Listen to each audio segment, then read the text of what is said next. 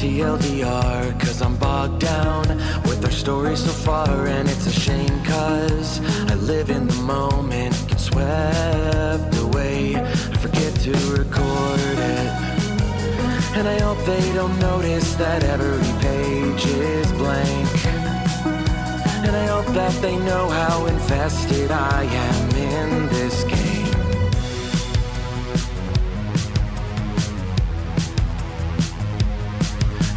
Quick break, maybe some R&R, cause my headspace isn't great. And it's a shame cause I'm so good in the moment, get swept away, but I haven't prepared a thing in weeks. And I hope they don't notice that every page is blank, and I hope that they know how invested I am in this game. The hero I made in my mind can take on dragons and kingdoms, but the person that I am inside feels so utterly broken. And I'm afraid if you leave me behind and I lose hope on my happier times, I'll get swept away in the grief and despair of my life.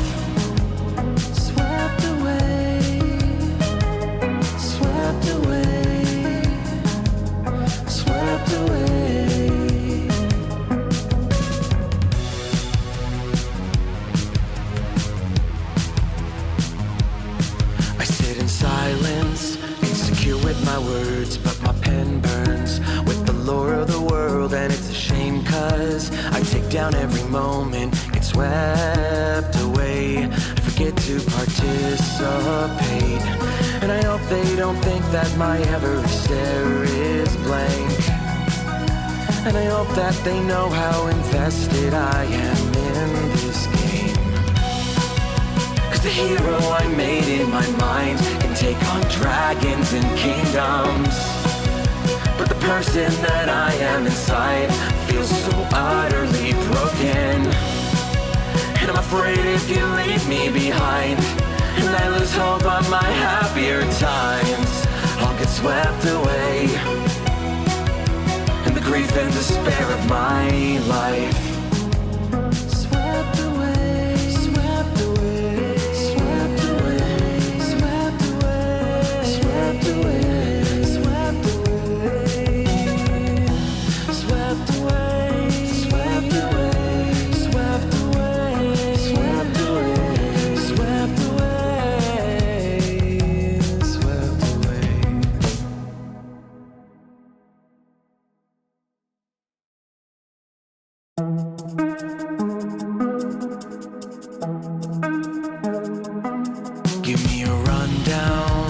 TLDR, cause I'm bogged down with our story so far, and it's a shame cause I live in the moment, get swept away, I forget to record it.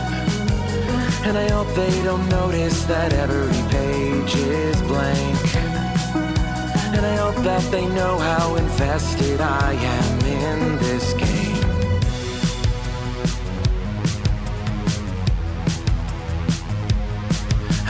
Quick break, maybe some R&R, cause my headspace isn't great. And it's a shame cause I'm so good in the moment, get swept away, but I haven't prepared a thing in weeks. And I hope they don't notice that every page is blank, and I hope that they know how invested I am in this game. The hero I made in my mind can take on dragons and kingdoms, but the person that I am inside feels so utterly broken. And I'm afraid if you leave me behind and I lose hope on my happier times, I'll get swept away in the grief and despair of my life.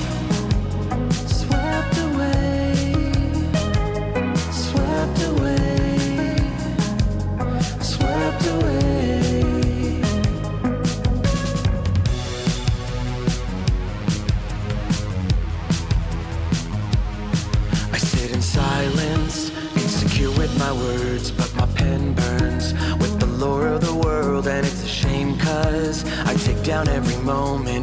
swept away. I forget to participate, and I hope they don't think that my every stare is blank.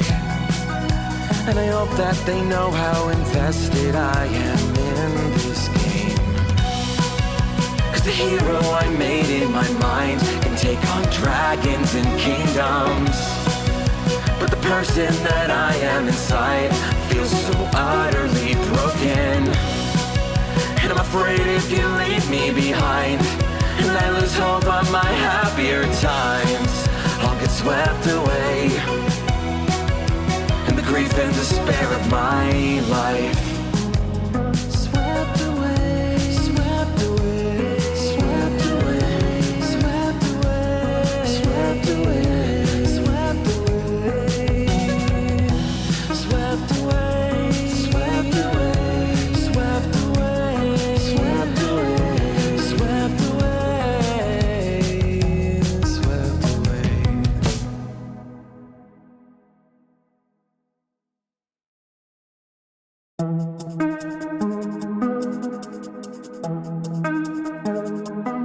Give me a rundown or a TLDR, cause I'm bogged down with our story so far, and it's a shame cause I live in the moment, get swept away, I forget to record it. And I hope they don't notice that every page is blank. And I hope that they know how invested I am in this game.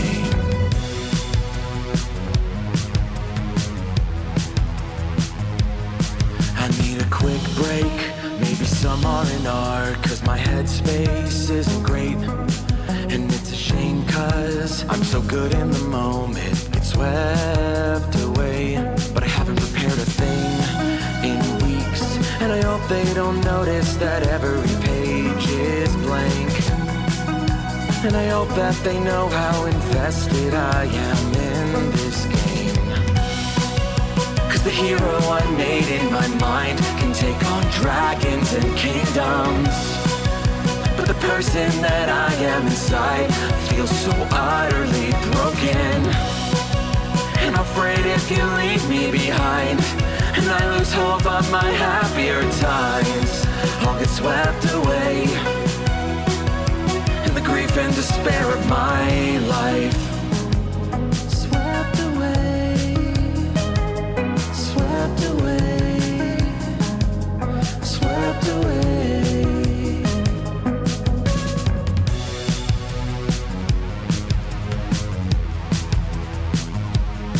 I sit in silence, insecure with my words, but my pen burns with the lore of the world. And it's a shame cause I take down every moment, get swept away, I forget to participate. And I hope they don't think that my every stare is blank. And I hope that they know how invested I am in this game. Cause the hero I made in my mind can take on dragons and kingdoms, but the person that I am inside feels so utterly broken. And I'm afraid if you leave me behind and I lose hope on my happier times, I'll get swept away in the grief and despair of my life. Swept away, swept away, swept away, swept away, swept away, swept away, swept away, swept away, swept away, swept away, swept away, swept away.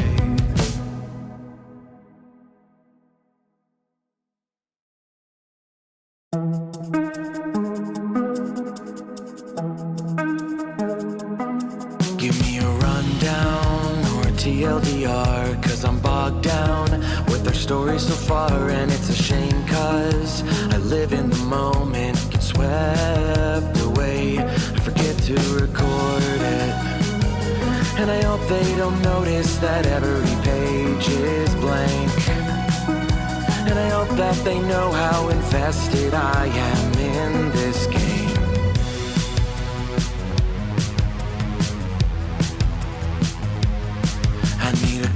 break, maybe some R&R, cause my headspace isn't great. And it's a shame cause I'm so good in the moment, get swept away. But I haven't prepared a thing in weeks, and I hope they don't notice that every page is blank. And I hope that they know how invested I am in this game. Cause the hero I made in my mind can take on dragons and kingdoms, but the person that I am inside feels so utterly broken. And I'm afraid if you leave me behind and I lose hope of my happier times, I'll get swept away in the grief and despair of my life. Swept away, swept away, swept away.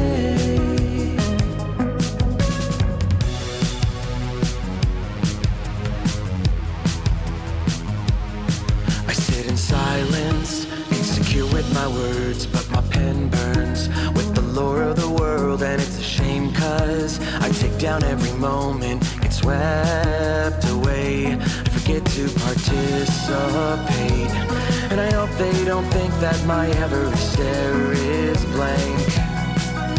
And I hope that they know how invested I am in this game. Cause the hero I made in my mind can take on dragons and kingdoms, but the person that I am inside feels so utterly broken. And I'm afraid if you leave me behind and I lose hope on my happier times, I'll get swept away in the grief and despair of my life. Swept away, swept away, swept away, swept away, swept away, swept away, swept away, swept away, swept away, swept away, swept away, swept away.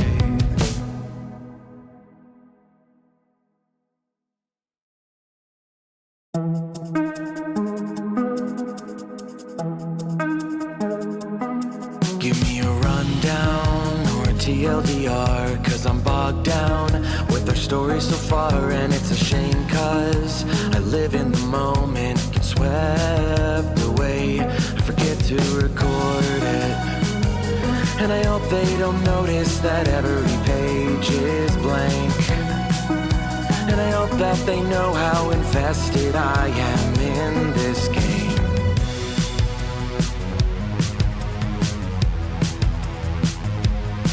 I need a quick break, maybe some R&R, cause my headspace isn't great. And it's a shame cause I'm so good in the moment, get swept away.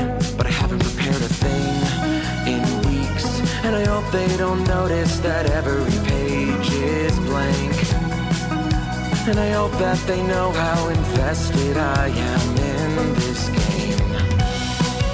Cause the hero I made in my mind can take on dragons and kingdoms, but the person that I am inside feels so utterly broken. And I'm afraid if you leave me behind and I lose hope of my happier times, I'll get swept away in the grief and despair of my life. Swept away, swept away, swept away.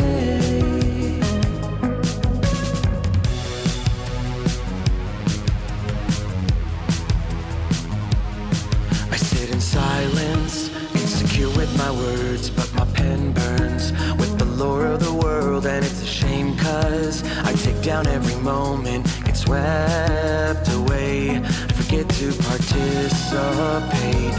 And I hope they don't think that my every stare is blank. And I hope that they know how invested I am in this game. Cause the hero I made in my mind can take on dragons and kingdoms, But the person that I am inside feels so utterly broken. And I'm afraid if you leave me behind and I lose hope on my happier times, I'll get swept away in the grief and despair of my life. Swept away, swept away, swept away, swept away, swept away, swept away, swept away, swept away, swept away, swept away, swept away, swept away.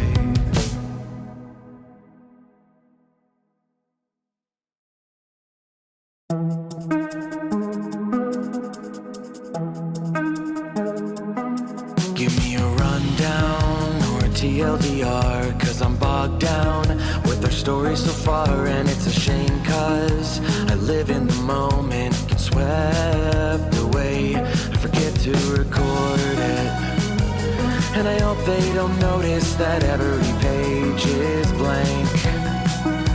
And I hope that they know how invested I am in this game.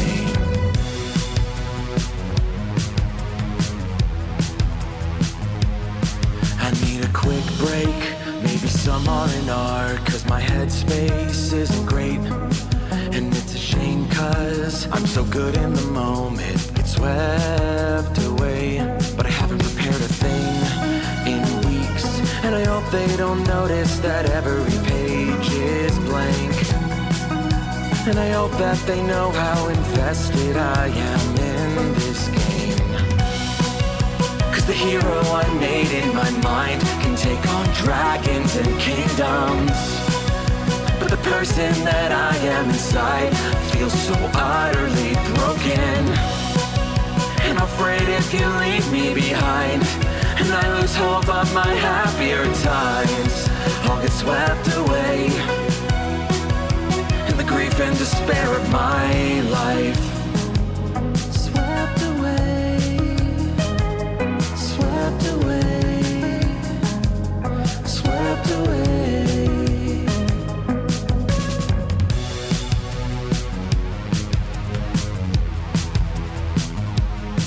I sit in silence, insecure with my words, but my pen burns with the lore of the world, and it's a shame cause I take down every moment, get swept away, I forget to participate. And I hope they don't think that my every stare is blank. And I hope that they know how invested I am in this game. Cause the hero I made in my mind can take on dragons and kingdoms. But the person that I am inside feels so utterly broken. And I'm afraid if you leave me behind and I lose hope on my happier times, I'll get swept away in the grief and despair of my life. Swept away, swept away, swept away, swept away, swept away, swept away, swept away, swept away, swept away, swept away, swept away, swept away.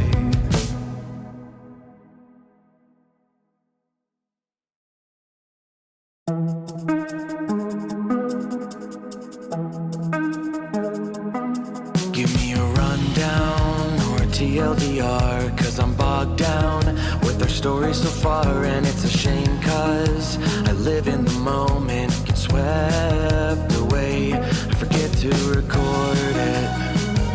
And I hope they don't notice that every page is blank. And I hope that they know how invested I am in this game.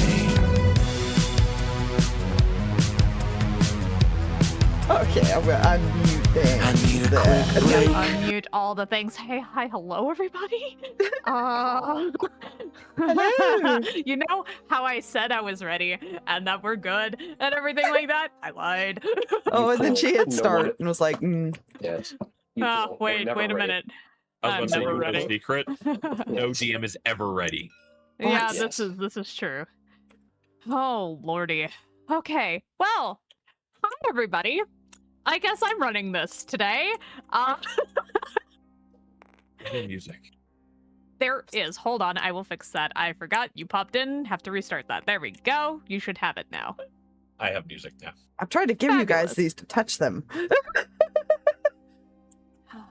Wait, what? What Oh touches? yes, touch your stupid initiative tracker thingies.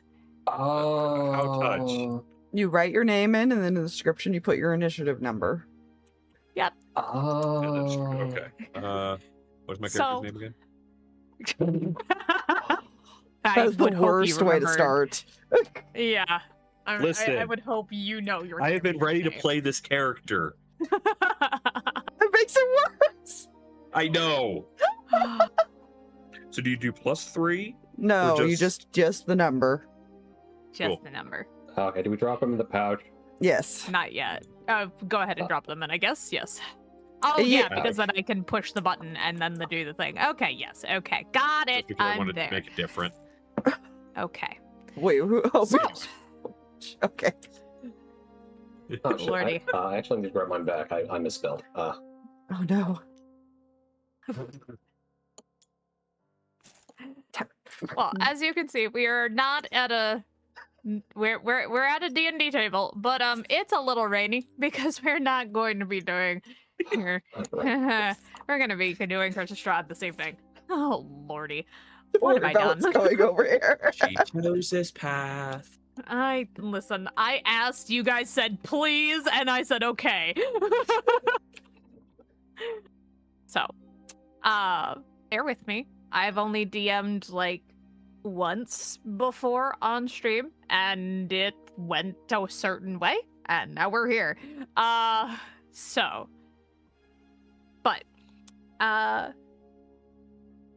We're gonna kick things off, not with character introductions, because I've got something that I'm gonna read out first.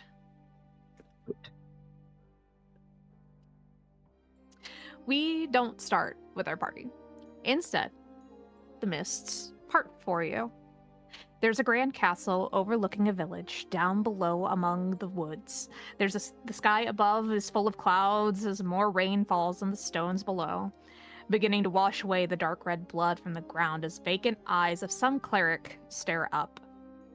A sword pulled from their chest before a man blinks, eyes clearing as he stares at what he has done.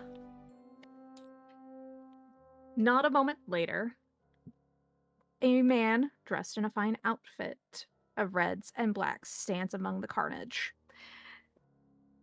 Red eyes gazing not at them, but at a window towards a village just below his castle.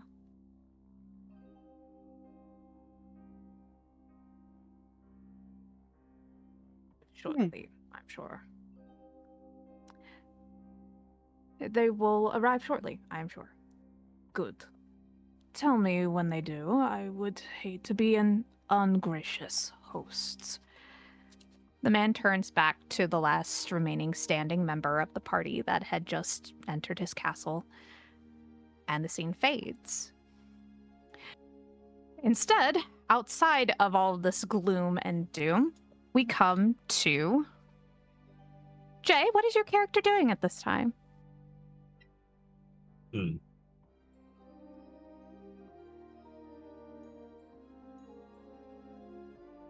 Well,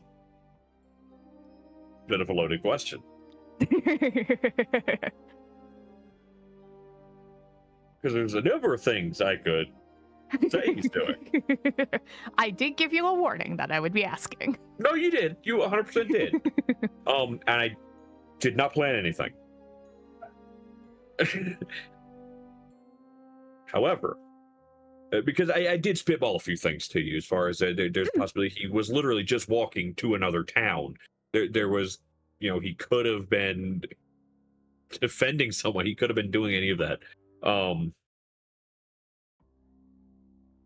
Describe your character and what they are up to at this time. Okay.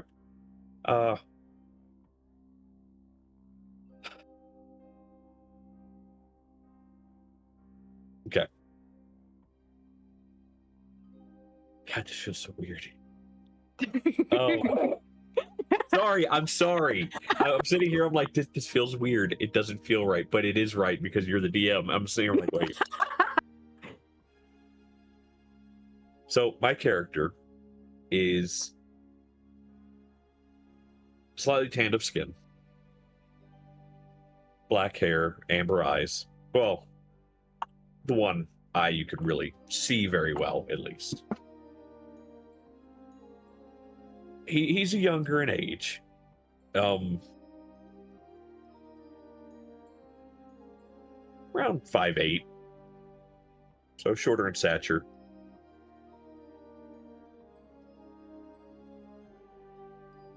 And honestly, he is at this point probably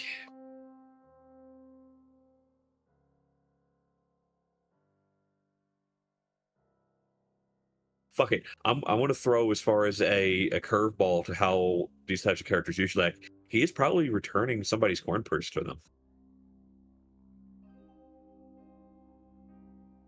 A very new trend. Hmm? A new trend for rogues. He's not bad. But yeah, honestly, it's probably, he probably returning he'd probably just finished returning somebody's coin purse to them. Probably retrieved it from some guards or something that took it off of a shopkeep or something like that, because he doesn't this is gonna be fun. He doesn't like seeing the little guy pushed around.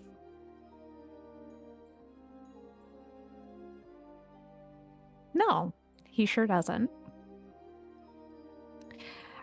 After you're done handing off the coin purse, and they thank you profusely for returning their money to them, and even offering you what they can, whether that is some small trinket, a pastry or something, or even for a man like yourself, a place to hide for the evening.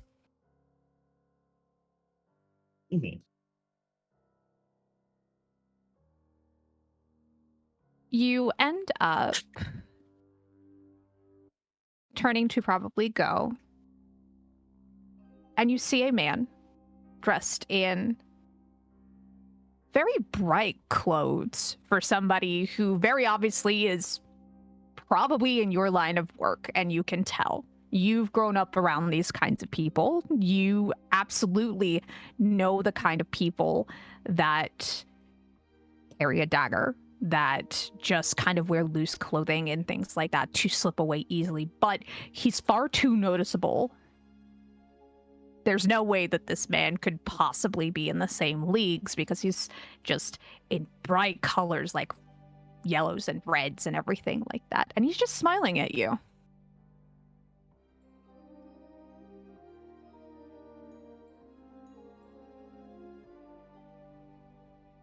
He's just going to tilt his head and look at him.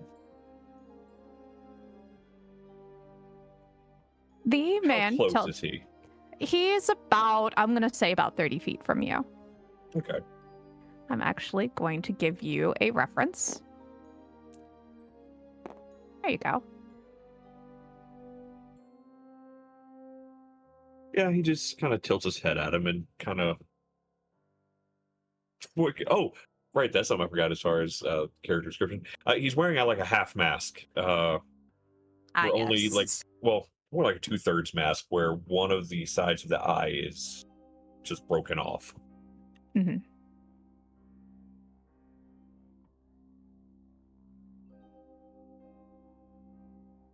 The man just tilts his head back at you, kind of nods back towards the alleyway as he turns and disappears around the corner.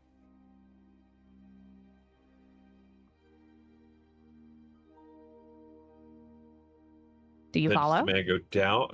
Hey.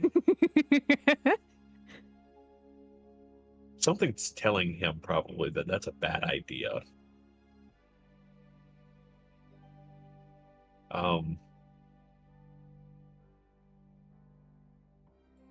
He places a hand on the hilt of his dagger and will begin to follow. You follow after the man, and he is just waiting for you in the alleyway. He even holds his hands up when he realizes you've got a hand on a weapon. My friend, I have no harm for you. I actually am looking for a man of your many talents.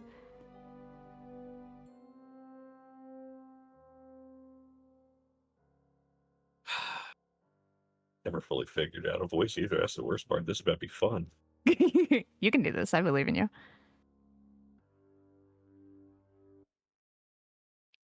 I've heard this story before. Oh, I'm afraid you haven't heard mine, friend.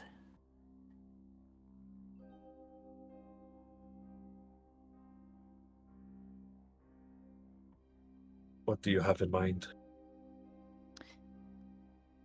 He produces from his pouch a letter and extends it out to you. Someone is in need of aid. I have been asked to find someone of true heart to see if they would be willing to take up the task. He will slowly remove his hand from his dagger. And similar to what this token picture shows, will leave his hand under the other side, hand on the hilt of his rapier, and will extend his hand towards the letter. He will drop the letter in your hand and say, if you accept, take the west road from here, some about 5 hours. It'll take you through these woods. They're called the Savik Woods.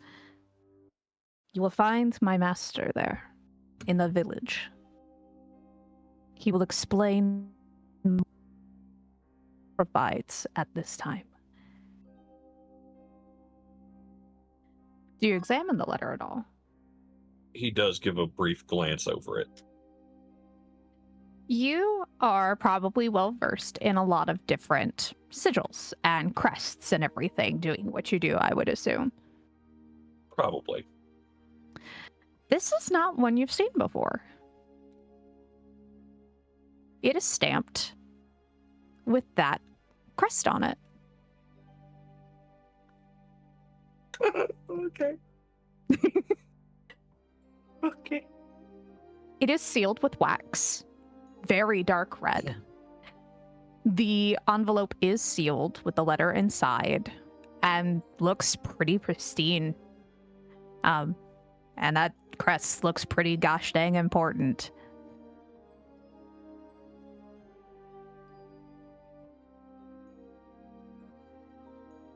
How will I know who to ask for? The letter has my master's name. Of course. Do not dawdle. My master doesn't wait long. But I do think you will find yourself in good company.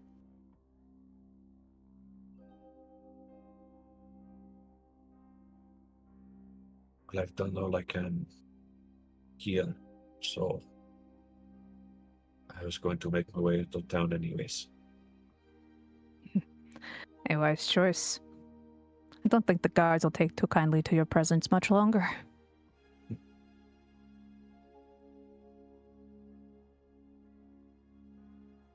No, they probably will not.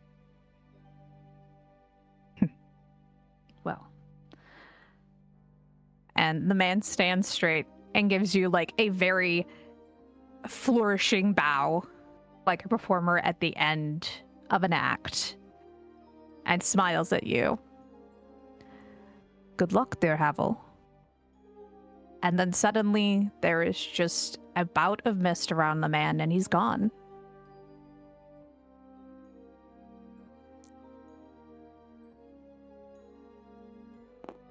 He will let out a deep sigh. Great. Yet another person that somehow knows my name. In the back of your mind, which I meant to discuss this with you a little bit more, and if we need to discuss it somewhat, but you do hear a familiar voice that's been around periodically. I'm a little concerned as to why he knows your name.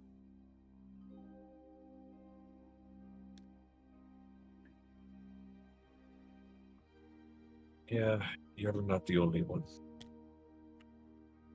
Well, this is probably some sort of trap. But And you're We've still gotten going, aren't you? we've gotten out of worse situations before. True. Just don't die, okay? That's my only request. Count on it. Cool. Maybe we'll actually help some good people then. Hopefully, and look forward to it. Mind you, this is where I'll point out. I hope this happens around people because he actually replies out loud. I love that. Again, that was something that I meant to talk to you about, and that was Nope, kind that's of off the fine. cuff. So if that works, we're Nope, good. That's fine. That's fine. He will turn, leave the alley, and we'll begin heading west. All right.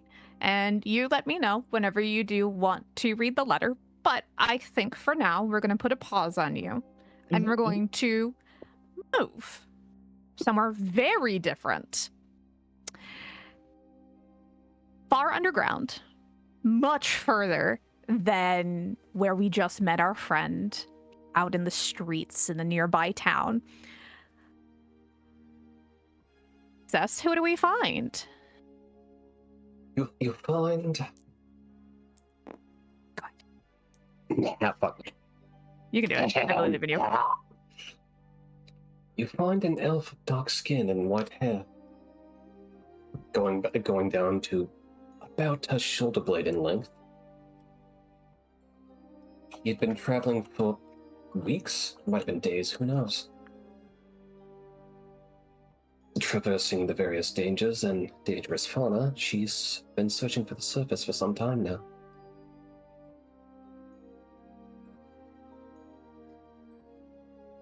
And the surface is rather elusive, especially to someone like yourself who hasn't really been led to one of the exits before. You weren't necessarily granted that privilege prior to, well, everything. So, how does our lovely lady occupy herself? Does she think about anything in particular as she potentially settles down to probably rest for a little while after walking for probably another day, 2 days maybe, who knows how long, because there's no way to tell really any time passage down here. It could be months by this point since the last time you spoke to another person. How apt. Well, she hasn't been talking to a person per se. But at the time an arrest is deemed appropriate, she would take a more meditative stance. A great sword planted in the ground in front of her, speaking in her native tongue.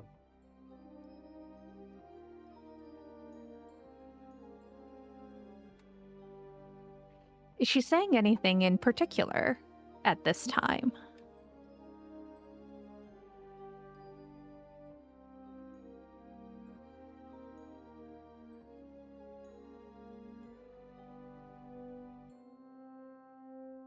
Pardon me as I look up to make sure I have a name correct.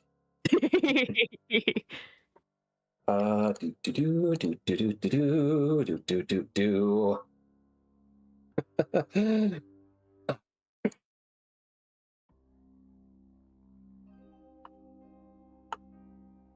This one was a short conversation. Is not exactly the proper definition.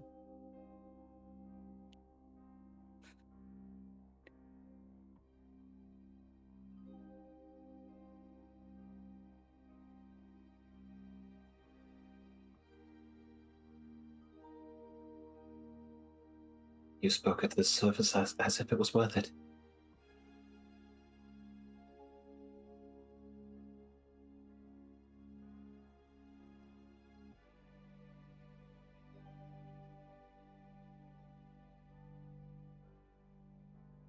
And besides that statement, she would more just stare at the blade.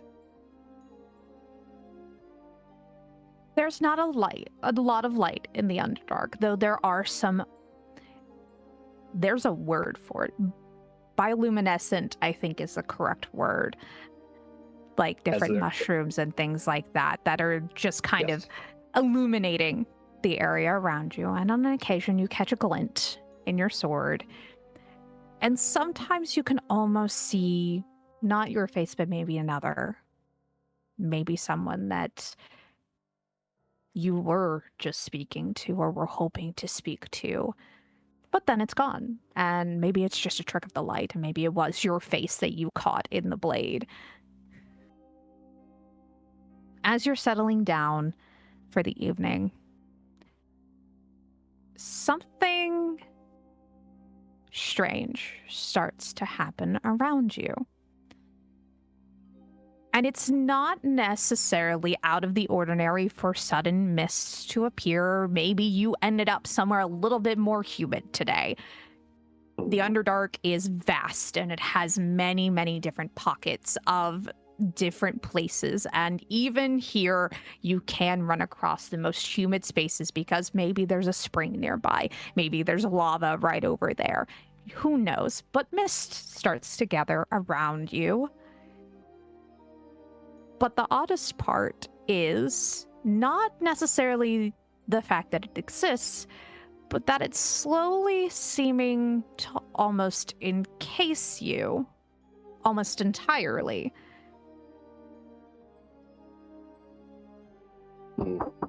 What's it?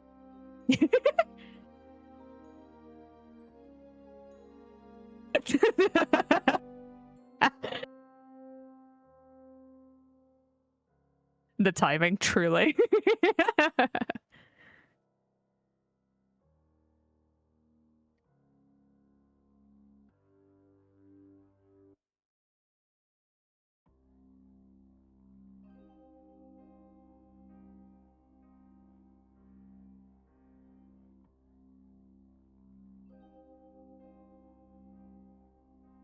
You did fine. It looks good, ma'am.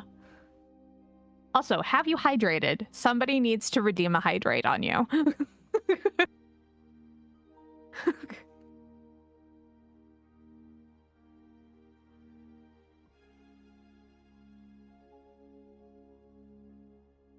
Come back. Hi, sir. We're waiting for the player to return. I hope you're enjoying your game night.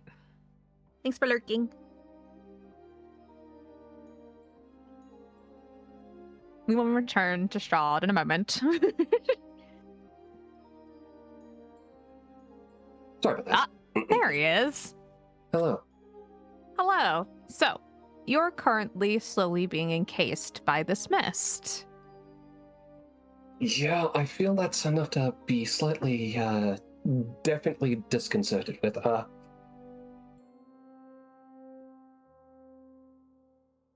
We shall assume a cautious, preparing for battle type stance. As you do so, and I'm guessing you're looking around to check for enemies or for whatever has caused this mist to suddenly just encase you and take away your vision of basically everything around you. Yep. Slowly, bits and pieces of the mist start to dissipate. But the odd thing is, when you expect to see that rock formation that you had decided to camp nearby, or that mushroom that was giving just enough light to where you were catching reflection in your sword, instead, you're seeing something else. You're seeing a tall thing with what probably are, you would assume, branches. You've seen branches of things before, but this has a dark green coloring to it on these branches, and it's not glowing at all, and the middle is not stone or mushroom like or anything that looks like it should belong underground. It's wood. And the last time you had ever seen wood was when somebody was explaining to you where they had gotten the materials to make a table or a bed or just some other structure that wasn't made out of stone, right around the time you were being told that there was such a thing as the surface.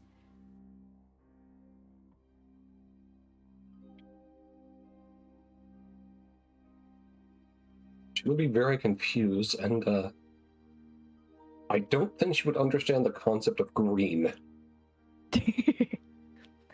Well, it starts to get even more confusing because it's not just one. There are several of these in your vicinity.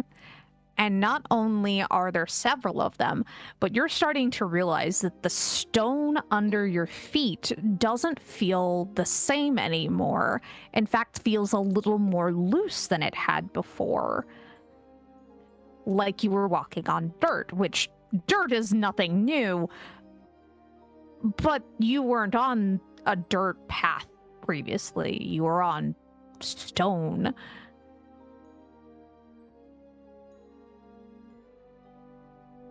Does she perchance look up?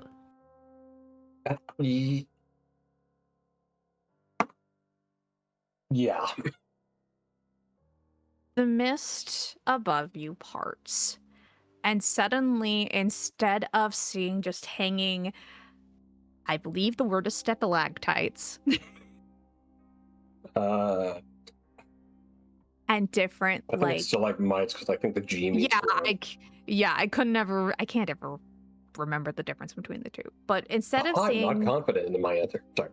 instead of seeing the hanging stone structures above you and just nothingness, or like bits and pieces of ivy or anything like that, or roots, you see an expanse.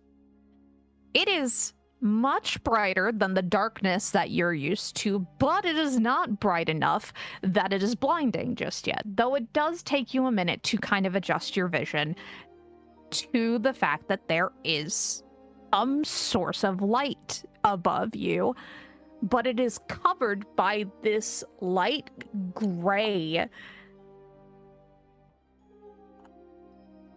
that you're just not sure where it came from. And then all of a sudden, something falls and lands on your cheek. It's wet as the rain starts to fall.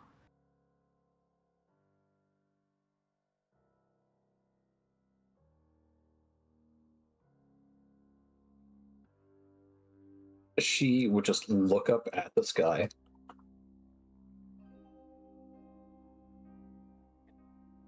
Is this what they call dreaming?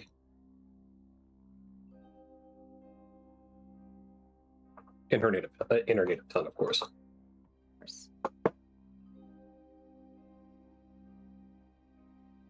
Whether it is a dream or if it is some vision of something else, there is something else on the air, and it is not an unfamiliar scent to you, which is disconcerting as much as it is somewhat comforting to have recognized something. And I'm making sure that I have the right thing in front of me.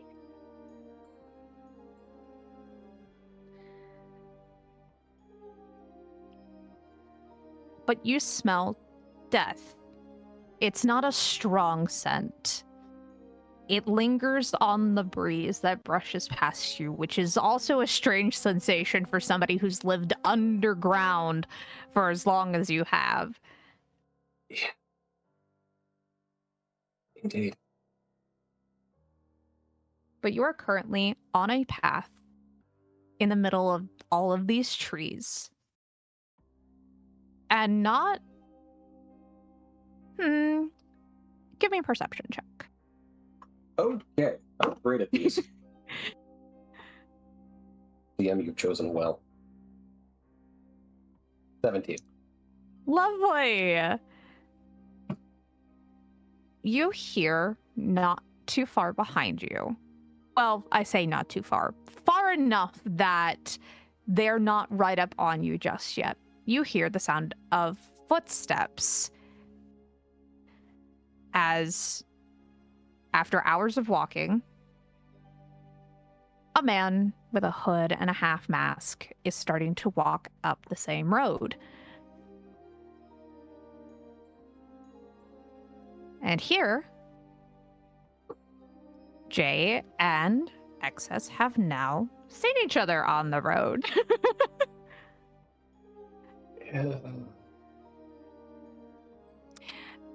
Okay, We're- this is funny. What would you two like to do now that you have seen each other? I don't know if he's seen me yet. I would like to attempt to hide behind a tree because that is a stranger I don't know. By all means, give me a stealth check. And Jay, Cool. Havel, if you don't mind, give me a perception check. All right. I believe I have disadvantage because of my armor. Oh, that's awesome. That is so awesome. Excuse me, Numlock. Thank you. I don't know if you could ever beat that. I'm sorry.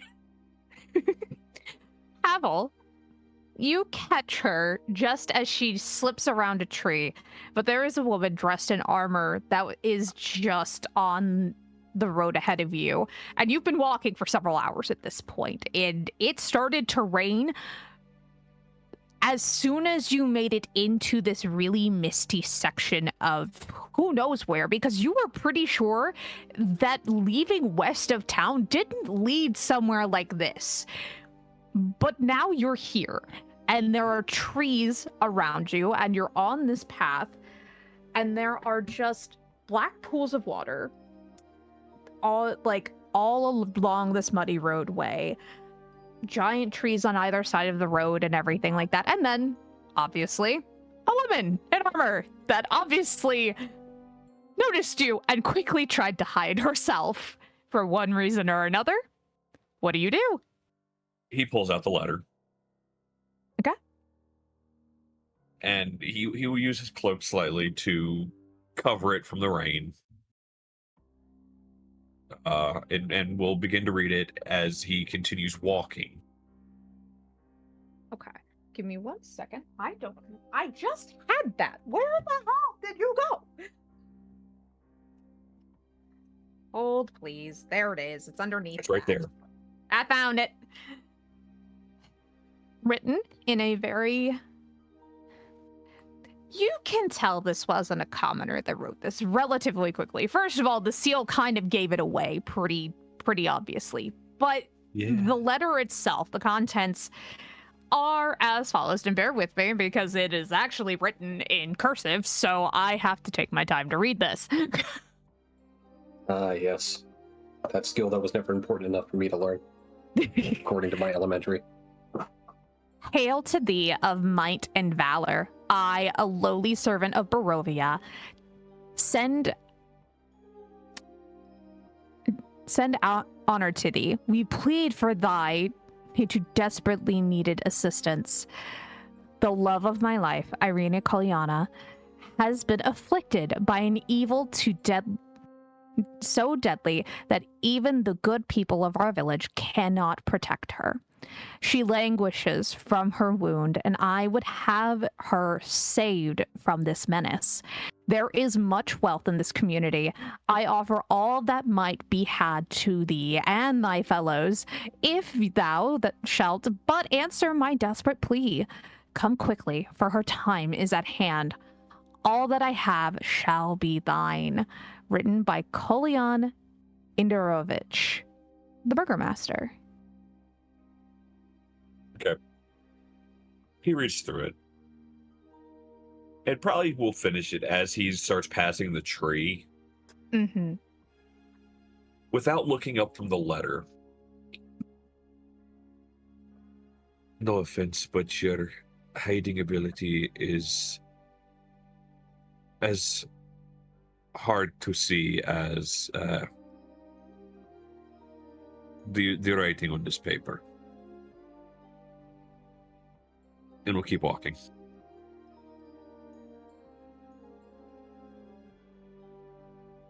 Then stop.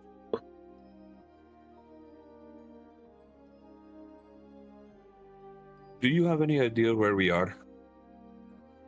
Did not expect leaving town to lead us here.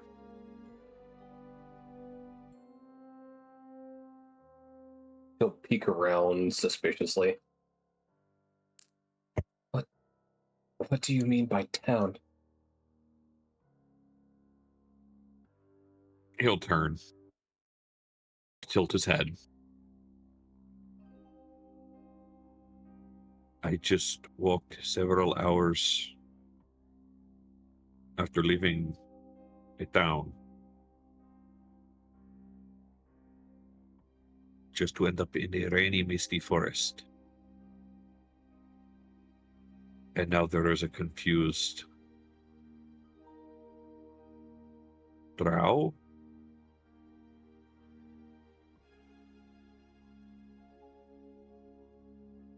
You... Is your head tilt? Oh, this. That's what you called it, right?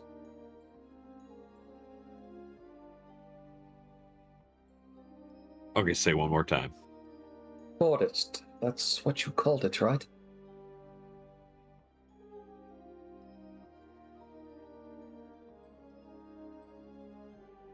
Forest? Yes.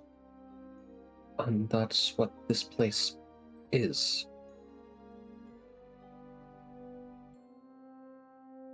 Correct.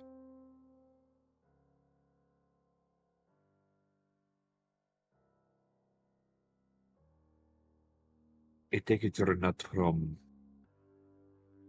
around this area. A moment ago, I was deep under the ground.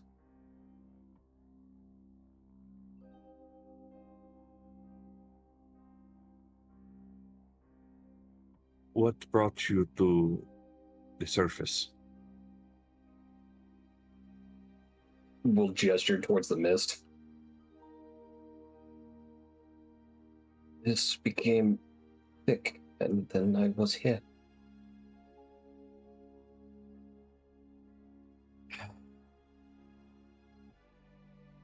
Well, I have a feeling this was no accident. Especially after reading, and will kind of motion the letter in his hand. Talk of fellows, so can only assume there were more of us supposed to be meeting up, so this is fun.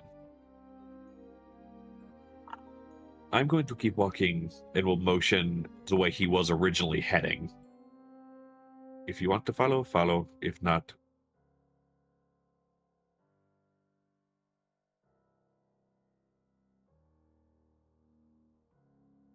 She'll eye you suspiciously for a moment.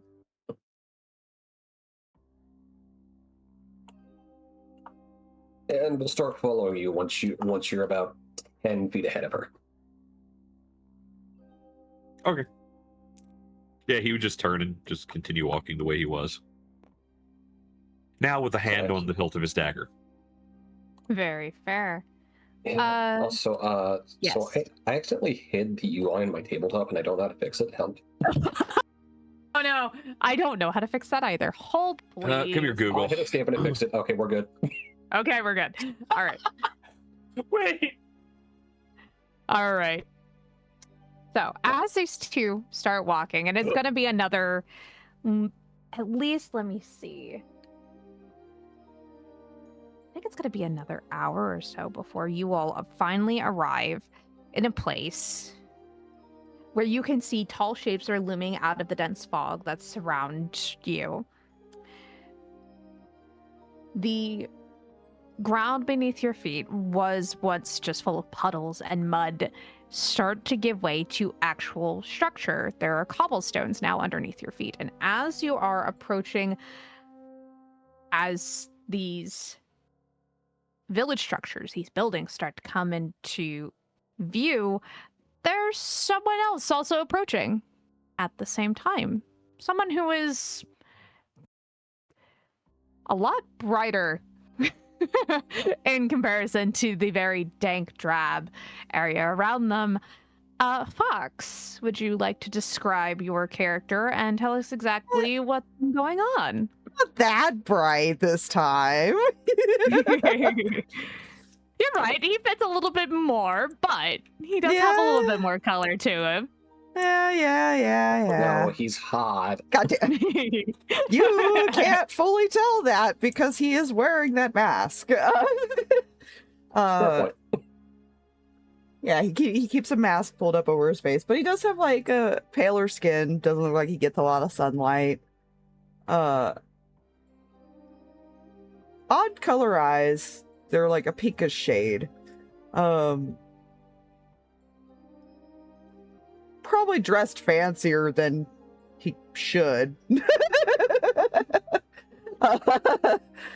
Black hair with some pink streaks in it. He's not fully paying. He if he's able to see you, he acknowledges you, but he's not necessarily going to address you himself. At most, he might do like a wave as he goes to turn towards the city. I'm assuming he's coming from an off path. Yeah. You're definitely coming from a distance, and it's been a minute since you've been here. And while it doesn't look like much has changed for you, you definitely hear more crying and wailing and just see more dark windows than the last time you were here. There were at least usually torches at the entranceway. Yeah. Cool. That's not concerning. But with all that being said, let me pull something out here to give you guys. He was holding something in his hand, but he kind of puts it in his pocket. Probably wouldn't have been able to see it from the distance. To give you guys a little bit of a reference. Welcome to the village of Barovia. So, you guys are entering down from probably right over here. Okay. So.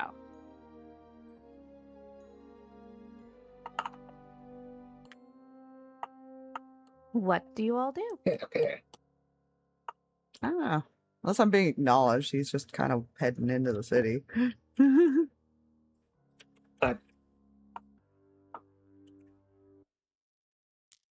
There's a drow giving you a very curious look.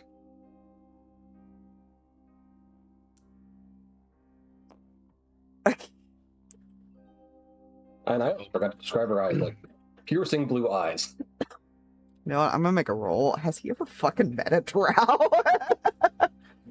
Gee, that is a good question. What would that be? A history? Yeah, let's say history. You got a 19. You might have met one. You've met a couple, and you've Okay. met a different version of drow do exist in Barovia. You've seen at least one or two of them as well. Not necessarily the most friendly folk, but who is in Barovia? Let's be honest. The only friendly people seem to be Vistani, and even they have their own barriers around them. He'll stop and kind of look back at you, Miss Drow Lady.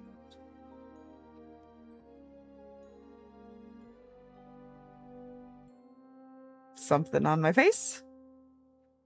Not that you could see his face, really. It's so pale. Well, that tends to happen to a lot of people around here.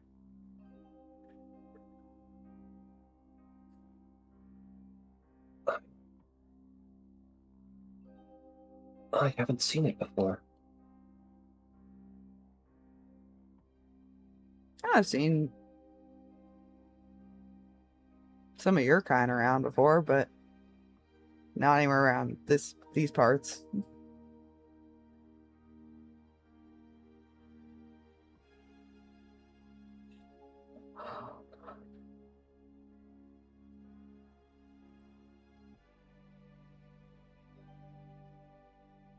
You new to the surface, or?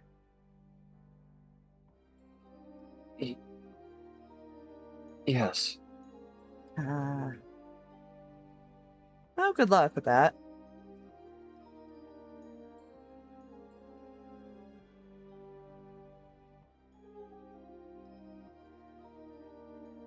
Where are we?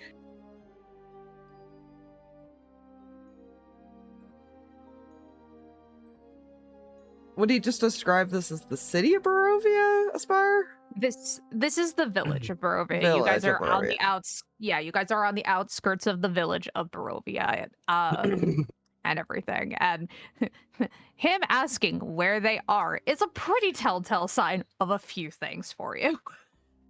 Yeah, he kind of crosses his arms and looks you both over. And...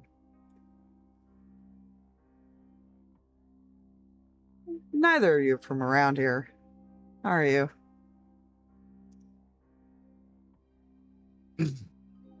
He will flash the letter.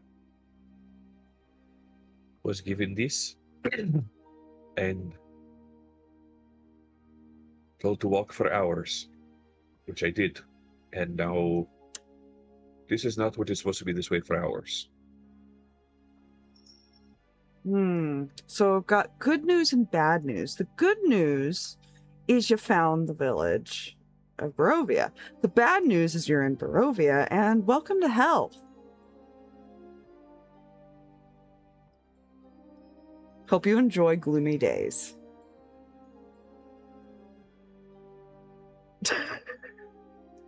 Not to either of you in particular. He will just kind of look down. See, you were right. It was a trap.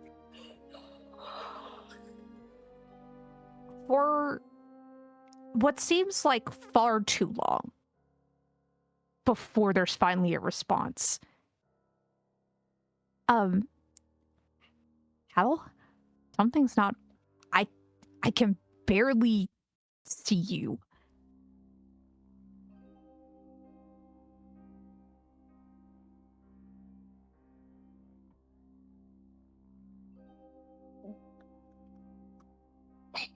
How do I play this off? How do I play this? It's fun.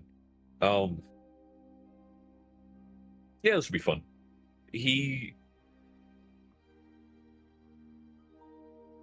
The one eye you can see well kind of goes wide for a moment.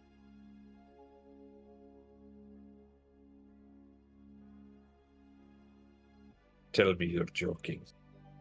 I, for once, wish I... And it cuts out for like a solid 5 seconds before the voice comes back. Almost like in above table speak, kind of like you're constantly dropping a call, like it's trying to connect. Oh, I'm sorry. Yes, exactly. Can you hear me now? Kind of vibes. Where are you? Can you hear?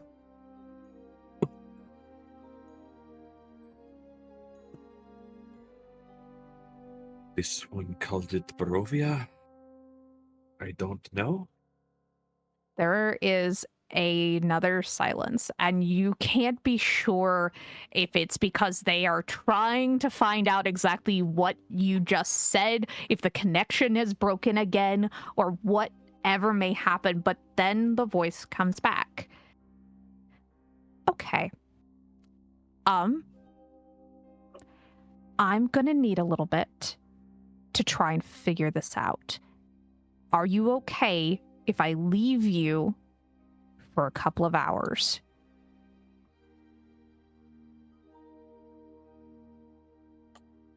Just observing this scenario. I'll try to remain above ground. That would be lovely. I will be back in exactly 2 hours. If I see your soul anywhere in this area before I come back, I will kill you myself. This is agreeable. Wonderful. Go find out whoever this burgomaster is, find out what the hell this letter is. I'll be back. And the voice disappears. And the presence that you have normally felt, like, it's not always noticeable, but sometimes it is. Sometimes it feels like it's just something hanging over your shoulder.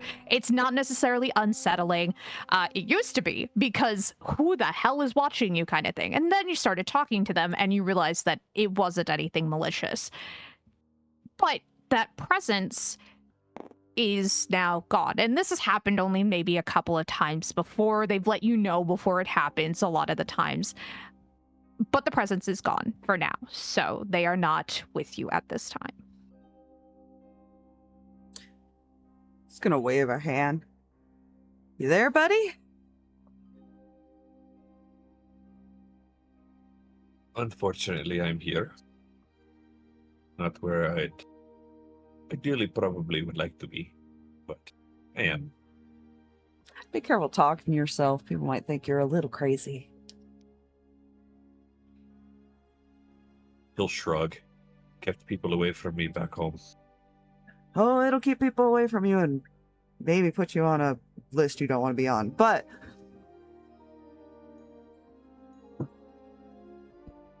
so you followed a letter.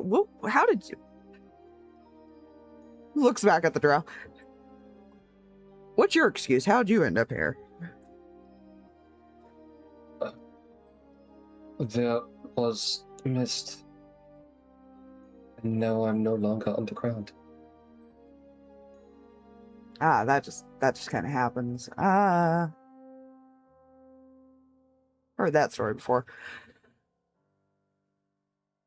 All right, well, good luck. I have business in the village. So do I.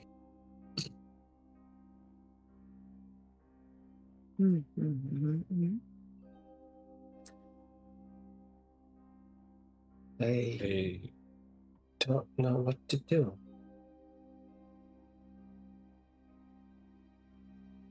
Keep tagging along. Go find whoever this burgermeister is. Kind of tilts his head.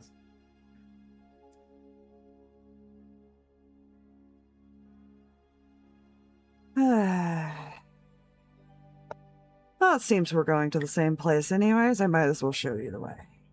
And a bit of advice. Don't wander around the forest at night.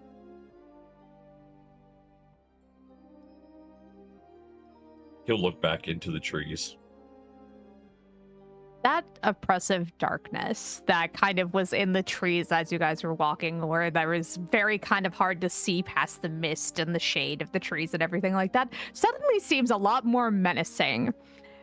Because it is a little bit into the afternoon at this point. You've been walking for a while. So whatever sunlight was there is definitely obscured by this rainstorm that is happening. And it's not necessarily like a really heavy storm, but it's pretty regular at this point. He'll let out a deep sigh again. Wasn't planning on it originally, so let's, I guess, make our way towards the town. Yeah, you don't want the monsters in the night to come get you. Come on. He turns around and starts walking. Take my token with you guys. I need to run to the bathroom. It might also need to cut off the air because it's actually getting pretty cold over here. Fair. All right. So, Just turn to the give you water guys off. an idea of where you're heading. You have entered from this side of town, and where you need to go, well, where one of you knows to go, is actually back over. Let me make sure I'm looking at the map correctly. It's going to be right over here. So it's not too far from the entrance, which is great. That does also mean that it makes it a little bit easier to get to things. Though for the native and everything like that, as you're walking through and everything, I'm sure you're taking your time just kind of for multiple reasons, not necessarily in a rush. Mm-hmm. Kind of The looking around. buildings- Yeah. Yeah, the buildings are not necessarily much different than you remembered, but there's definitely more abandoned ones, or what look to be like abandoned buildings at this point. Again, there's no candlelight, there's no torches, there's no lanterns and everything. And while the village of Barovia has never necessarily been the brightest of places, it's definitely a lot darker right now. And all of that crying and wailing and everything like that, as you're getting closer to the street that you know to turn down, there's a lot more crying and wailing in one of the houses down there, which isn't necessarily unusual, but it's certainly not what you remember. But it has been a while since you've been here. Yeah, I gotta wait for Jay to get back, 'cause he might ask Yeah. about the letter. I may need it eventually, like, if he goes to read it. I don't know. I couldn't remember it offhand, though. Yeah, I can I can do it again, no problem. You could just send it. You don't have to reread it. 'Cause Yeah, that I'll was have part of the to- problem, is processing the information and keeping it in. I will go ahead and type it up, and I will send it, number one, to Jay. That way he's got it. And then secondly, that way I've got it on hand, and we'll, if we get to that point, put it in the Barovia info chat in our lovely little section over there. That way you guys have it as a whole. But that's only if the letter entirely gets shared around. If it is only shared between two, then only two get it. But while we're waiting for Jay, I might as well go ahead and type this up. Where is his chat? There it is. Is like the house he's hearing noise from a concerning kind of thing? Like something he would actually think to check on kind of concern, or? It entirely depends. Because again, it's one of those not uncommon sounds, but it's definitely down a street that you don't remember this loud sobbing coming from before. Most of the loud sobbing was kept towards like the outskirts, where like a lot more like dangerous things could potentially occur and everything if people were not careful. Yeah, you may have to re-describe that when Jay gets back, because I don't know what his character would do either. Not a problem. Yeah, he's just kind of glancing around. He's definitely not rushing to get you guys anywhere, for Drag's reference. Yeah, she's just confused, very disconcerted. For the drow in the party, you've Yeah. seen structures before. This is vastly different. Number one, Yeah. the roofs are made of not just stone. There are some that are like made of like bits and pieces, but they're not cut the same way. It's strange. You haven't necessarily been in an actual like above world village before. You've seen some pictures. I would assume that you had some people that showed you a couple of things when talking about the overworld, but experiencing it is very different. And some of these buildings are much taller, and they're not built into the sides of things. They're just standing there. Yeah. I feel in app description would I think she's been systematically flashbang with consecutive flashbang. That worked better in my head. You know what I meant. There's been several flashbangs happening simultaneously. It's great. Completely get ya.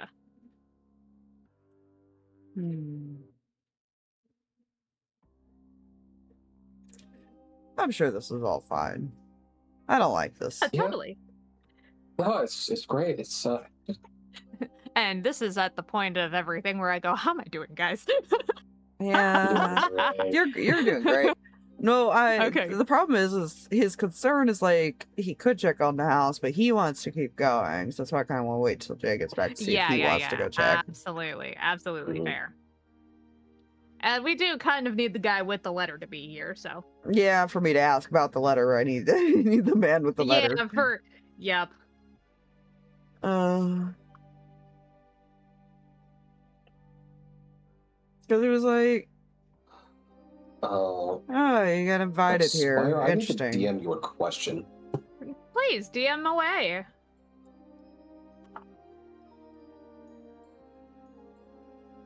Where is your face?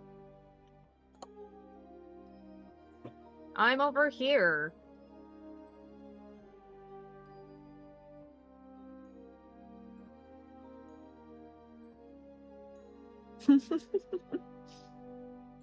Okay, let's see. What is your question? Oh dear. Yes. Yes, she would have. Oh, cool. If she can speak it, she's been taught to read it. Just with everything involved in what she is, yes. Gotcha.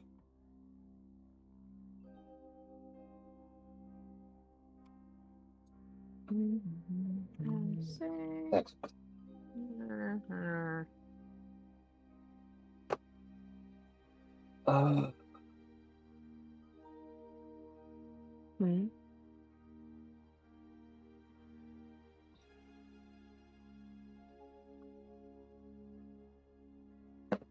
Oh, right. One other thing. Yes. Hey, take your time. We have the chance. Ask any questions you may have at this time.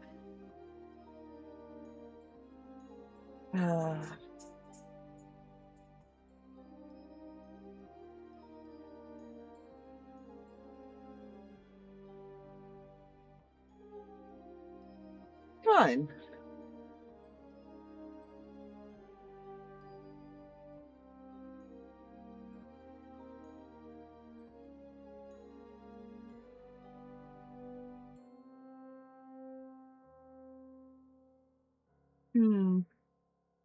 I have no concerns at all. None whatsoever. All right. Jay has the letter now typed out to his DMs.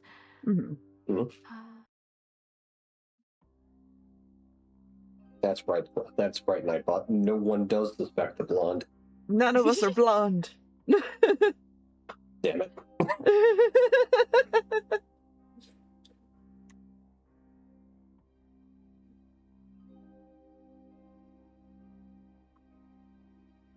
Oh dear.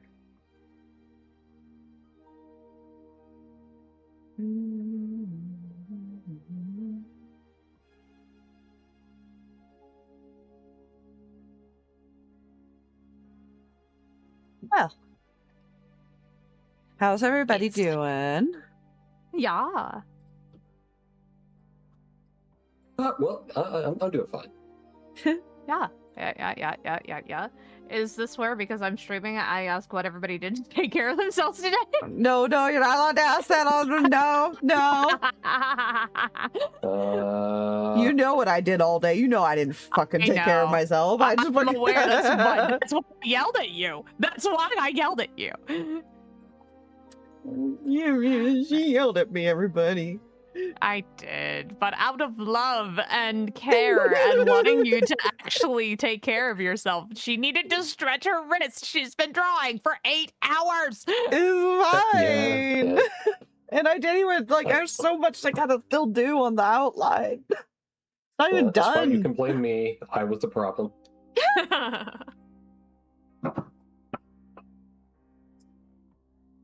Oh.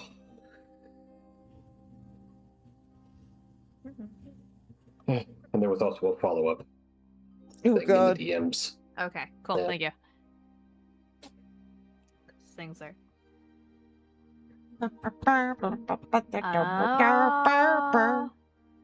Yep, hold on. Let me go back in our messages because I feel like that's where they are. Ha ha ha ha. Oh, wake up. I'm okay. Are you? Yeah, I think I'm gonna go ahead and put the BRB screen up for Yeah. these. Same. So we'll be back, y'all.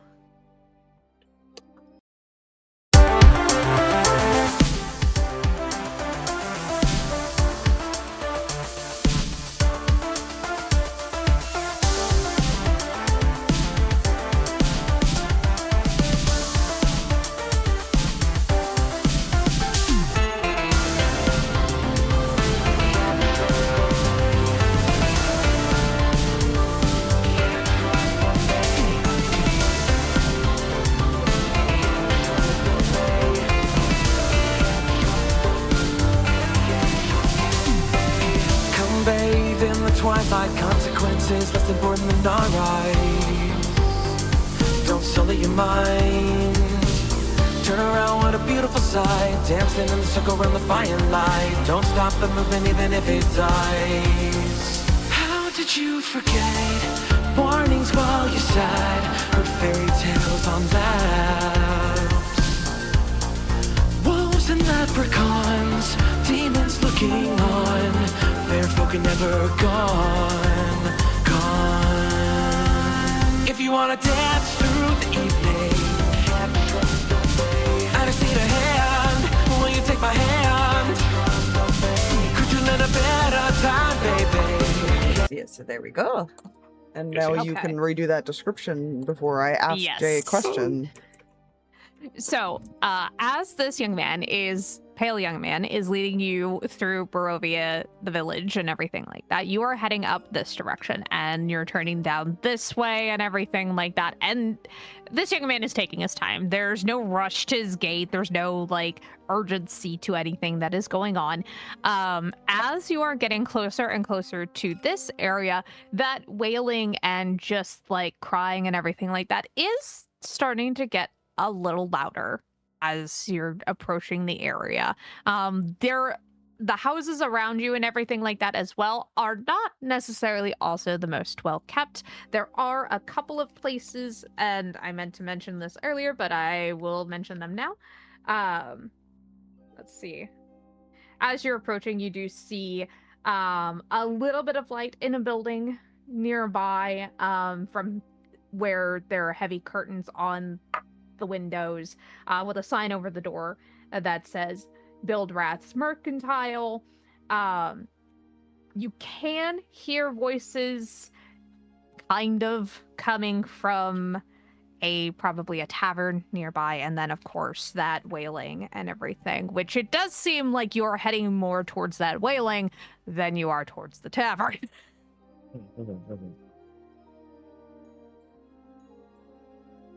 Hey. Okay. So, what exactly was in that letter? He will glance back at it.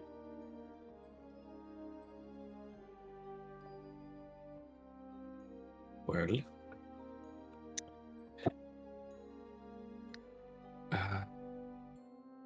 this burgermeister, whatever, looking for aid for an Irina. He stops.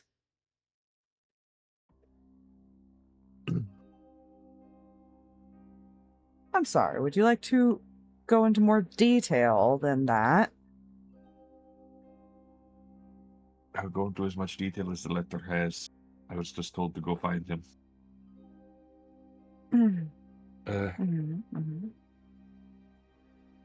Says the love of their life, Irina, has been afflicted by an evil so deadly that even the good people of our village cannot protect.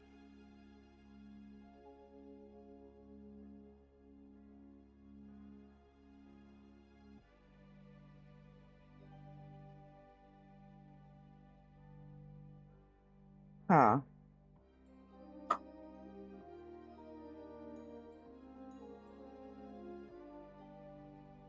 Well, ignore the crying, ignore anything you hear. Double time it. He's gonna start walking a bit faster now. Probably outpacing you guys a bit. It does not take you very long. You do hear the crying is coming from one of the houses on the street and everything like that. Not too far from where the business seems to be. And towards the end of the road, you do see a weary looking mansion that has a rusting iron fence and iron gates that are twisted and torn. The right gate lies cast aside, while the left swings lazily in the wind and the rain. The weeds choke the grounds and press with menace upon the house itself, and yet against the walls the growth has been tramped down to create a path all about the domain. I would like a perception check, especially from our lovely little pale man as he's approaching a familiar place. And while you do that, I'm also going to go grab. I did think I have So a from map. everyone, especially him, or just Yes, everybody. He. I don't have the. Where did the other? I don't know. We're going to do this. I'm going to move this over here for now, just because we'll probably reference that in a minute. And we're going to scale up. Oop. Oop, grab your tokens, please, real quick. Thank you. Too much, too much. Too much. Sorry. 1 moment. She's Scale trying to kill us with down. the map. Well, you just have to move it over. It's not at the other edge. Okay, there we go. She was trying to kill us with the map, guys. I am not. So, we're going to trying to make sure I have you guys enter from a good direction. Make sure you lock it before you Yes, you're right. You're so right. Boop. All right, so we're gonna have you guys enter from over here. Okay. Cool. Sweet. What was the perception check for us, Fire? So, let's see. Excess, you only see a few different things. Everything's very strange here. Plus, the rain is, like, weird, and it's falling on you, and you don't know how you constantly have to keep blinking to keep it out of your eyes.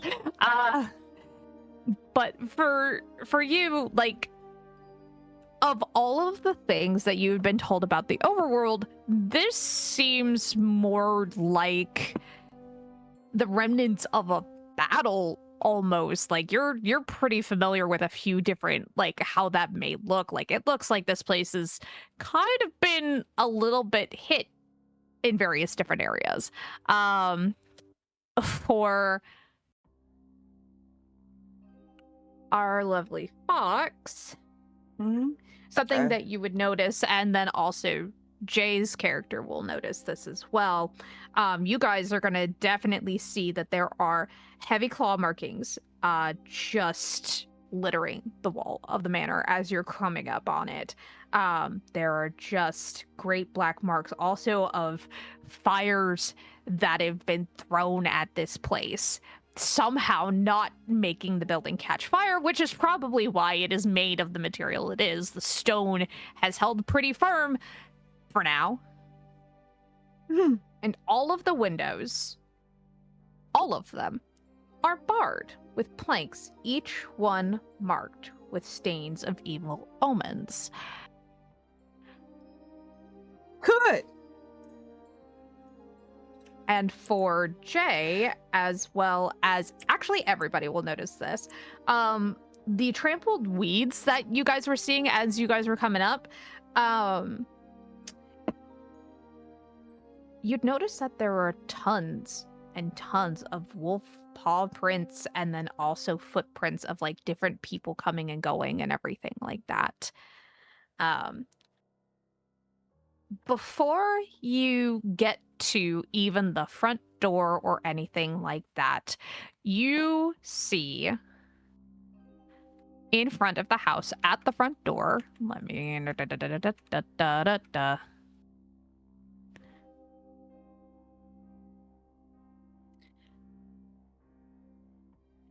you see a young man in brightly colored clothes, and at least two of you would recognize like the style of clothes at this point. One of you has only seen them once. The other of you have seen them periodically in Barovia and everything. This man is definitely a Vistani. The problem is he is suddenly practically thrown back from the front door as somebody else steps out from the shadows of the house. And the man is just sent sprawling onto the ground. Mm-hmm. And there's a voice that comes from the second figure that just steps out of the shadows as he's holding a sword pointing down at this man. Leave this place. Do not return. Tell your master that she is not going with him. Leave. And the man stands, brushes himself off. She'll come eventually. And he will turn and just start walking off. There is the dirtiest look in his eye as he watches this man walk past. He just smiles at you, nods, as he just kind of makes his way past and back into the village proper. And now standing in the doorway is a young man around 6 foot with shoulder length blonde hair and everything. Just trying to breathe and has got his face up in the rain as if that is going to help cool him off or something from whatever has just transpired here. Mm-hmm. Slowly walk up. Not being quiet about it, though. The man... With a clank behind you to announce your presence. No, I was gonna say there's no... Yeah. We have the warning clank. We have the warning clank. This man quickly spins on all of you and is drawn his sword and is pointed at you, and his eyes are darted across all of you, and then stops and goes back to the pale one in front and just stares. I reach up and pull his mask down. So what kind of trouble did you get in while I was away?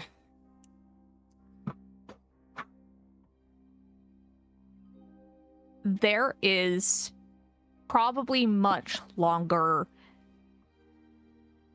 of a hesitation than you probably would have hoped for. As he just continues to stare at you, both in this disbelief, in this uncertainty, in what you have come to recognize as the normal Barovia treatment. Oh, good. I love that. Before he slowly lowers his sword.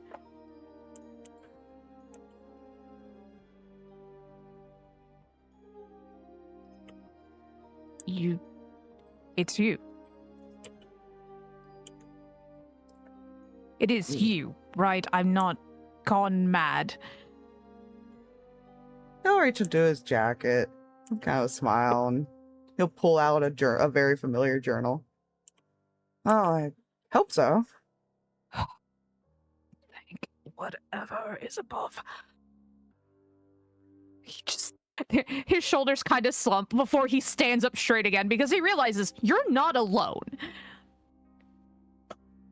And you brought friends? Sort of. Some invited guests to Barovia. This one got a letter, which has been read. I'm sorry. I need some explanations. A letter. What letter? He's gonna step kind of over You- here so you can get past. You have very Let's go. strange timing. But you have a letter? A letter from a burgermeister.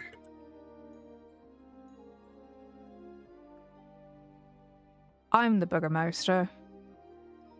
And I wrote no letter.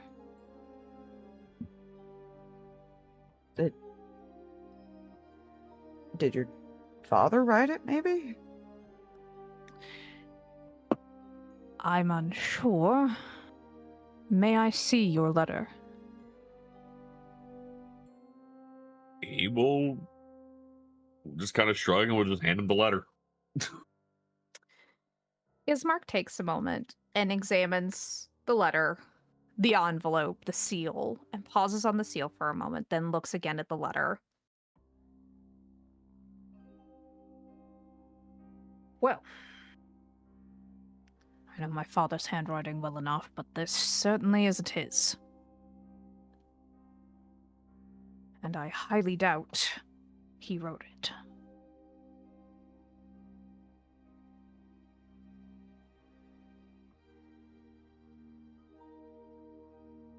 Was your sister actually in trouble, considering the scene we just saw? Oh, she's in trouble, all right. We all are. Told you to not do that. Oh, I tried.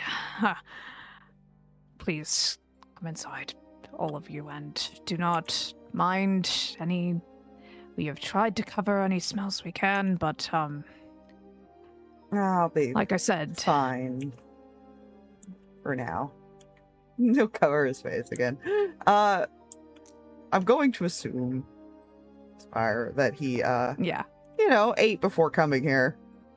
Oh, yeah, absolutely. Like, I assumed that this was not a case of I'm going home and I'm gonna go on an empty stomach.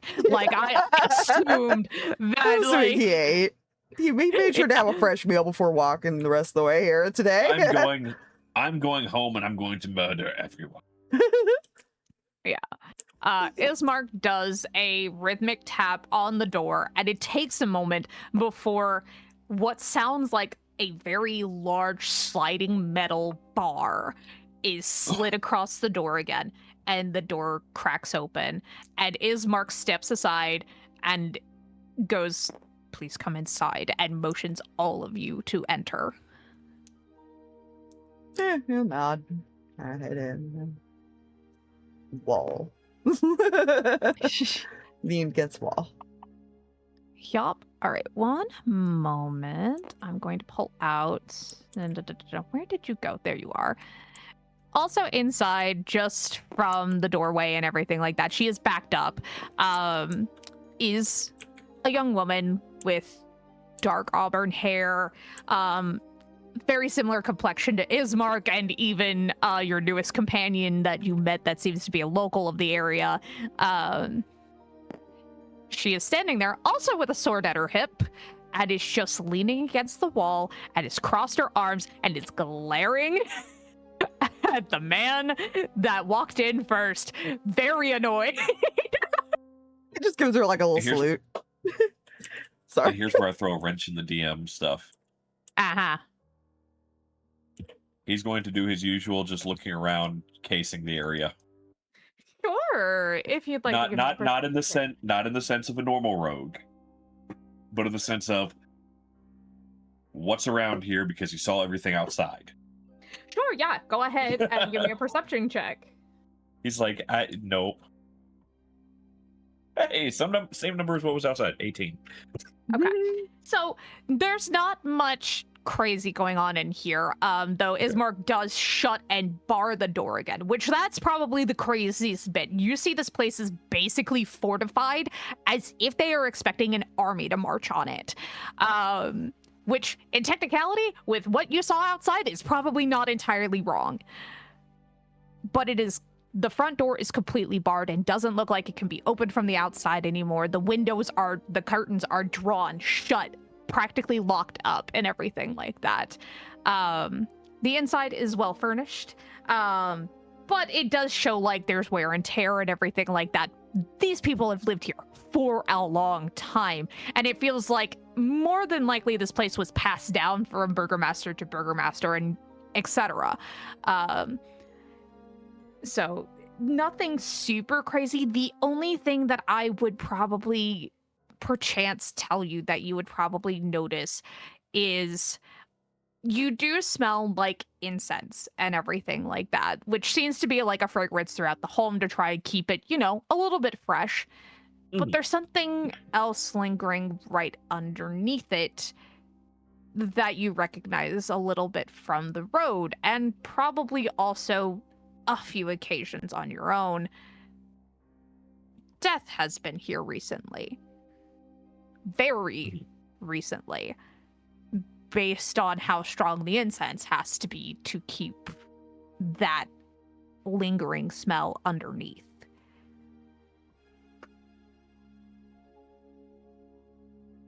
Well, look at you all grown up. Well, look at you, still the absolute maniac and walking in at the worst hour. Oh, it's always been a talent of mine. Ismark, who are these other two and why is he back here? Ouch. You'll have to forgive my sister. She's been a little touchy as of late, for good reason. Irina, these two others have been brought here, it seems. Ah, lovely. So we're just letting them in now, are we? I thought we'd learn our lesson. I followed the letter here. A letter. Okay, just to clarify, because my brain thought he heard it, but Ismark did say Irina's name, right? Yes. Yes, a letter that included your name. Oh, lovely. I am so flattered. Ismark just kind of rubs his forehead as if he's been dealing with this attitude for probably his entire life. I'm gonna lean over. I don't remember her being so touchy. Well, things have been a little extra rough recently. It's kind of when he starts to look up and he's like, huh.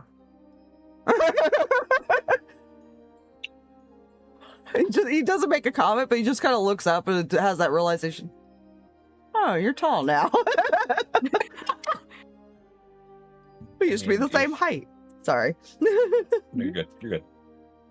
If I'm not needed or not wanted, I do have a friend looking into something, and I can try to find my way home. Oh, you ain't going home, friend. Irina just kind of snorts. You're not from Barovia, and you just entered Barovia? And I'm guessing the same for you, looking over at you there, lovely drow. She'll process for a moment before nodding. Oh, you poor sweet souls. You're about as screwed as I am. You're not screwed, Irina. We're working out a plan, remember? Oh, yes, a plan. What plan was that again? You can't even take the coffin to the church. We can't even get him buried, Ismark. I can't set foot outside. So you want to tell me what this plan is?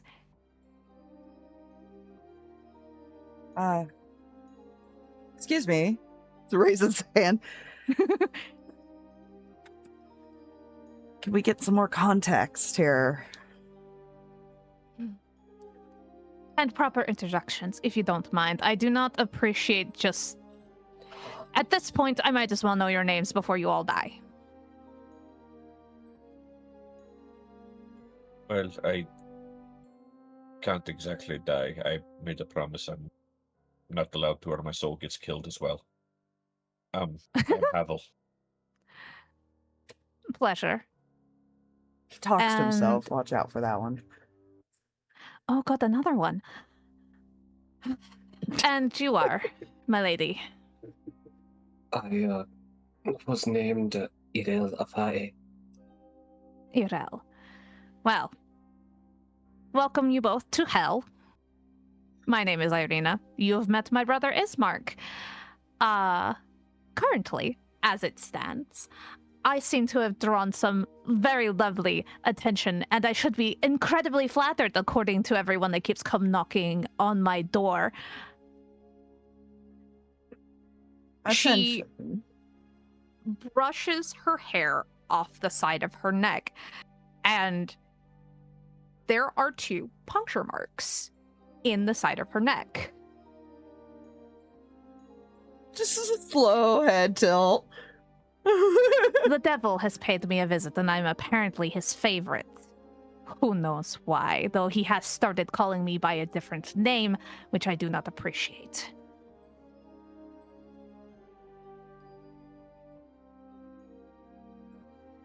Here's where I play the ignorance card.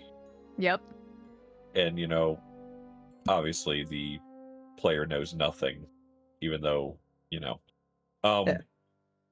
Does Havel recognize what that is? Because, I'm gonna be honest, he probably hasn't interacted with certain beings. Because they're not necessarily very common or anything like that. Go ahead, give me a history check. Okay. Again, it's I one of those, don't like, even- I'm gonna go with Erel has no idea. Yeah, that's it. 15. Cade, you have heard stories. Not necessarily interacted with them, because again, they're not necessarily very active in when you are. Sometimes they are, but most of the time, they kind of keep to their own. They don't bother nobody. And if you do end up hearing somebody talking about, like, a vampire, there's a 90% chance it's just somebody covering up another kind of murder. Like, that's just kind of how it works. Vampires are the thing of ghost stories. They're not necessarily, like, normal creatures to run across. On an occasion, you hear about adventuring groups running into spawn or something like that in a crypt somewhere, but they're not in your town. They're not your neighbor usually, at least you hope. Like, that's kind of where you are in that fact. You know about them, you've just never interacted with one, but you know enough to know, like, oh, that's a bite. Yeah, Somebody's fed on this girl. in what's going to be a common theme here. He's going to let out a deep sigh. Alright, so we're dealing with vampires. Got it.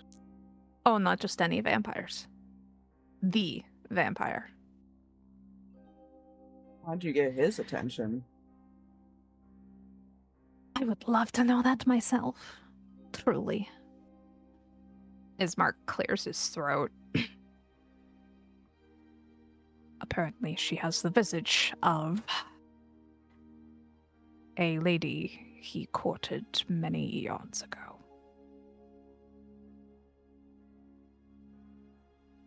With Creepy. the term eons, I assume old. Great. A Very. confused old vampire. Got it. He's not confused. It's complicated, and it has caused problems.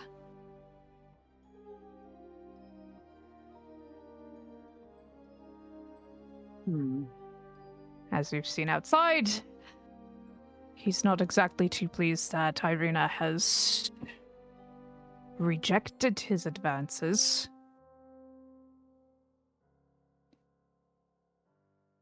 And it has put strain on my father so much so that Unfortunately, he passed away 3 days ago.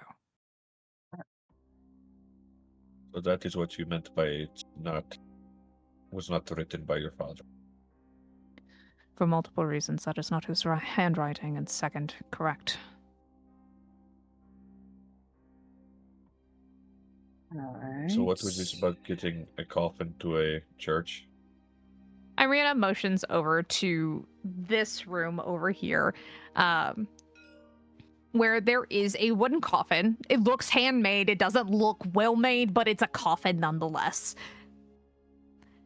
And it is closed and everything, probably out of just respect for the dead and everything like that.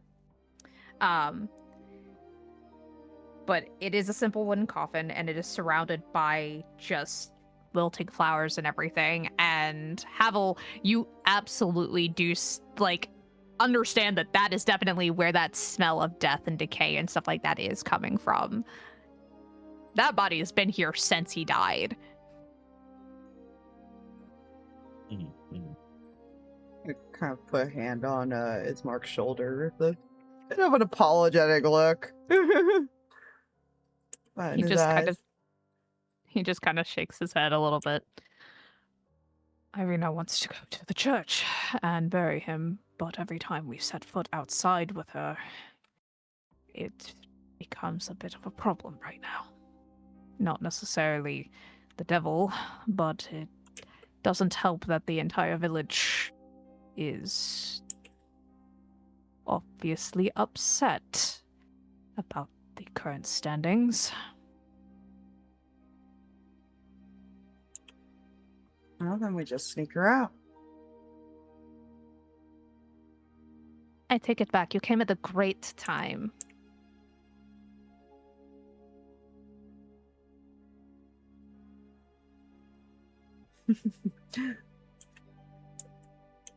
You know me, I know how to get around quietly. That you do. You're still creepy. Yes. But useful for you right now, so. I suppose. Put on a hood, get disguised up, and let's get you out of here. Ismark kind of looks to you, Havel and Erel. I don't suppose I could enlist, since you're already here, your assistance in basically becoming a funeral guard on our way over. Havel will look over towards the room. It's a different kind of escorting to death than what I'm used to, but sure. Wonderful. And I will gladly put you all up for the night, and then, well, whatever we do from there. Well, you two at least. I apologize, but it does seem like you have been led here, which is unfortunate. It's alright. We kind of already knew it was a trap.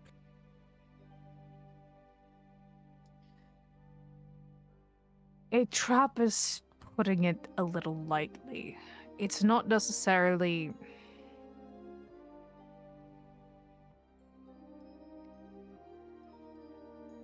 It's hard to explain, because no one knows exactly how. It's not necessarily a trap, and no one knows exactly how his guests arrive, but you're not here by mistake. You were not selected randomly, though perhaps you were. Maybe he's bored. You know, there is something I never did ask you. Who gave you that letter? So I'm assuming the description earlier of the Vistani outside. Yes. That that's what Different. you're referencing as far as type of clothes. Yes. He'll kind of motion outside. Person in the same get up as this one threw out. Ah. That is extra unfortunate. And who knew my name? Ooh. Well, you're Well. not here by random if they knew your name. Certainly not, and he sent someone after you. This He did say one. his master would be here. So I'm concerned to know that it wasn't written by anyone here. This one might be a little more random. She appeared via the mist. Oh, good. Kind of looks over at Erel. From where exactly did you, pardon the phrase, spawn in?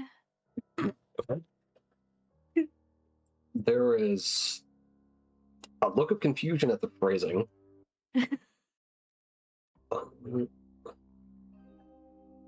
And I arrived on... The mist arrived while I was deep under the ground. Oh, that's a new one. I didn't know the mists could reach that far.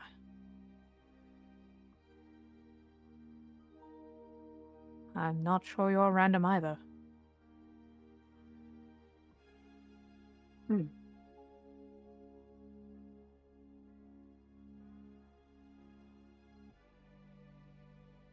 What timing you all have.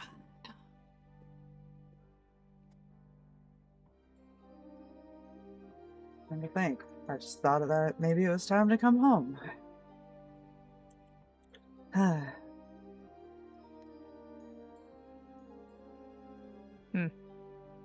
Several, years late. It wasn't intended. I find I lose track of time a lot easier than I realized. Something we'll have to discuss at a later time. Irina, if you really want to get this done, we should move quickly before it gets dark. Yes, yes, I know. And she takes off upstairs to go basically don a cloak real fast. Recommendation to the two of you who are new here. Do not get caught outside when it is dark. Darker. You will not ever see the sun. So I apologize to the miss who was underground, though maybe perhaps that is better for you. And, at this time, just be wary. Especially if anyone in bright clothing, though. Just kind of like tugs down on your mask there, Ace. This one seems fine. Just kind of like walks Oh, over no. to the coffin, make sure it's okay. Oh no, there's going to be lack of sun. I do my best work with no sun. Yeah, never seen it. It gets annoying when you're trying to sneak behind someone. Be careful when you do that too.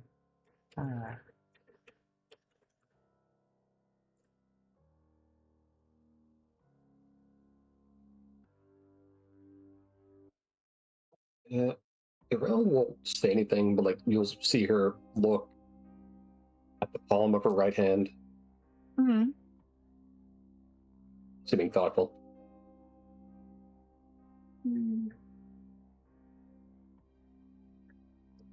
Go in here. Hmm? It's gonna go over here. Fair enough. Ismark is just busying himself getting the coffin ready for transport. There's a cart outside we can put it in.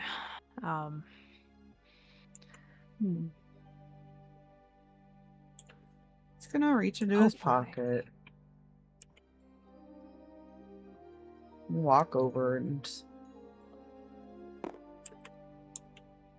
pull out a flower that he's dried out and place it on top of the coffin. And it is, God, how the hell do I pronounce his name? A helichrysum, if I pronounced that right. Okay. It is red in color. I'd originally brought that back as a gift for you, but I think maybe this is more appropriate. I don't know how much you're going to have him know about flowers after the last descriptions you gave me. This is also called the everlasting flower. I see this. That's what I went to go Yes. locate. I was like, what would he have found randomly along the way? Oh, he would have picked a flower that is considered an immortal-looking flower. Mm-hmm. Without probably knowing anything about the meeting, but you know. I'm sure it's fine. Ismark just kind of chuckles. That's right, I owe you something, don't I? Yeah, that can wait. More important things to do. Many more important things. Irina comes down after a few minutes if there's no other conversations. None that I would start. She's more just focusing on the palm of her right hand for some reason.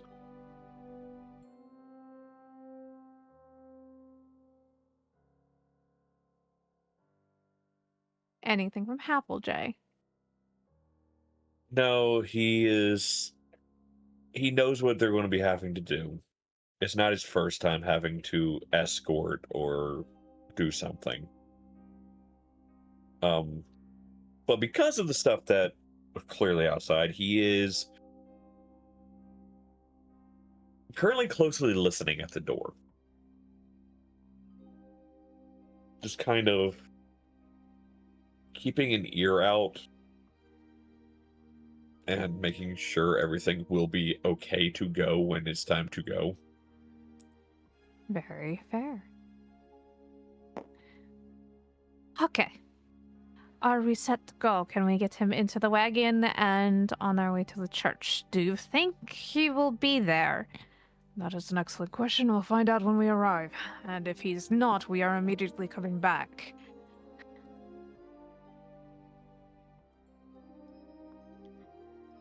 Priest has been MIA for a few days.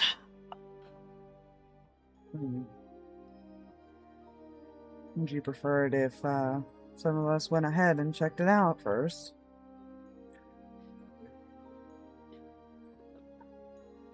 Possibly. Might be safer than dragging a body all the way there. Potentially to leave it unburied.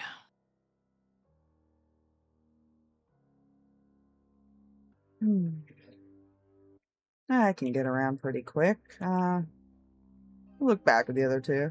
How quick are you? If I really want to not be seen, you won't see me.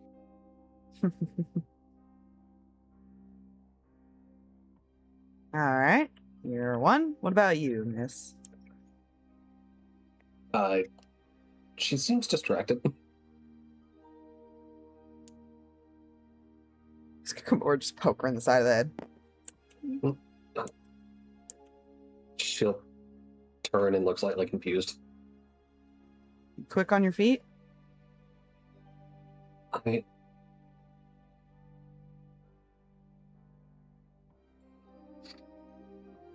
No, more or less than average, I think. It would be best if you stayed here while he and I do a quick check to make sure someone's there. Do you remember what the church is? I've been gone, but I didn't forget what the place looks like. You'll have to excuse him. That is his way of saying he missed you. Oh. I'm touched. Don't worry, I'll catch you up about everything. Actually, he'll pull the book out again and toss it to him. You get to read that while I'm gone. Don't take too long again. Once it starts getting darker out there, it is too dangerous to leave. Understood.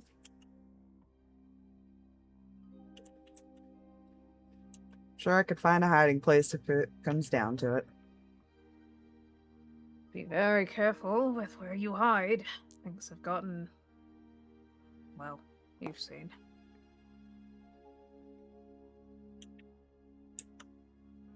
He will unbar the door. Yep. All right, buddy. Try to keep up.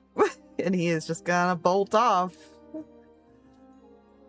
The door shuts and is bolted behind you. And you two are off to go check out a church. Yes. For reference of whenever he does finally open that book, there was an attempt to write some stuff, but for the most part, it's a lot of sketches of where he's been and things he's seen. It get progressively Also, better as it flips through. I just saw your like little heart bat over here, and it's so cute. Isn't it great? I did that at the beginning of the stream. I love it. All right, so for reference,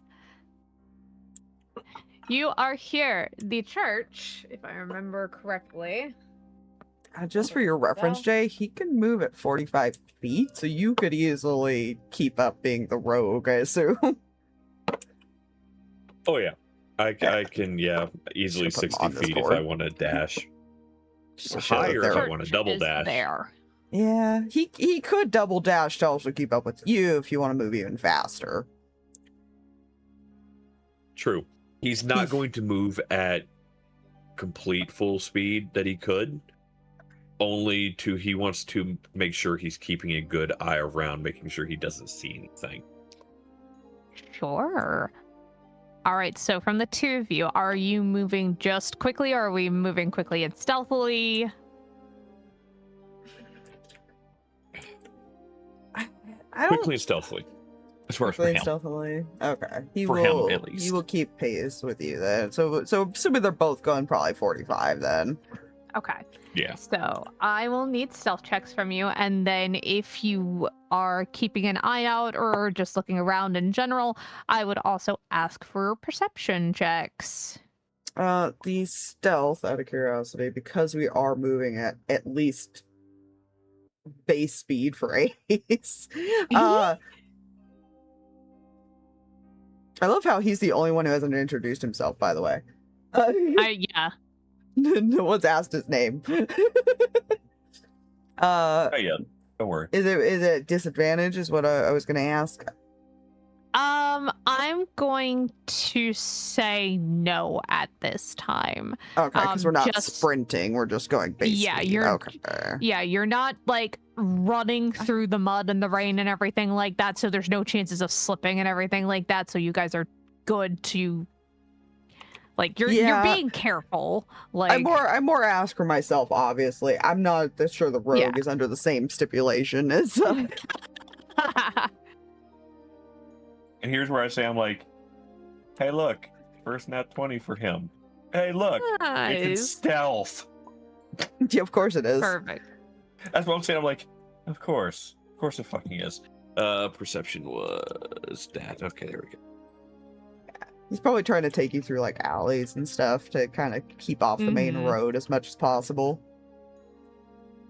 Which is Yeah. definitely easy enough to do. And the church isn't technically like it's far because like as the map says, like each square is like 40 feet. So like it's pretty far. Like this is not like a small village, but it is still a village.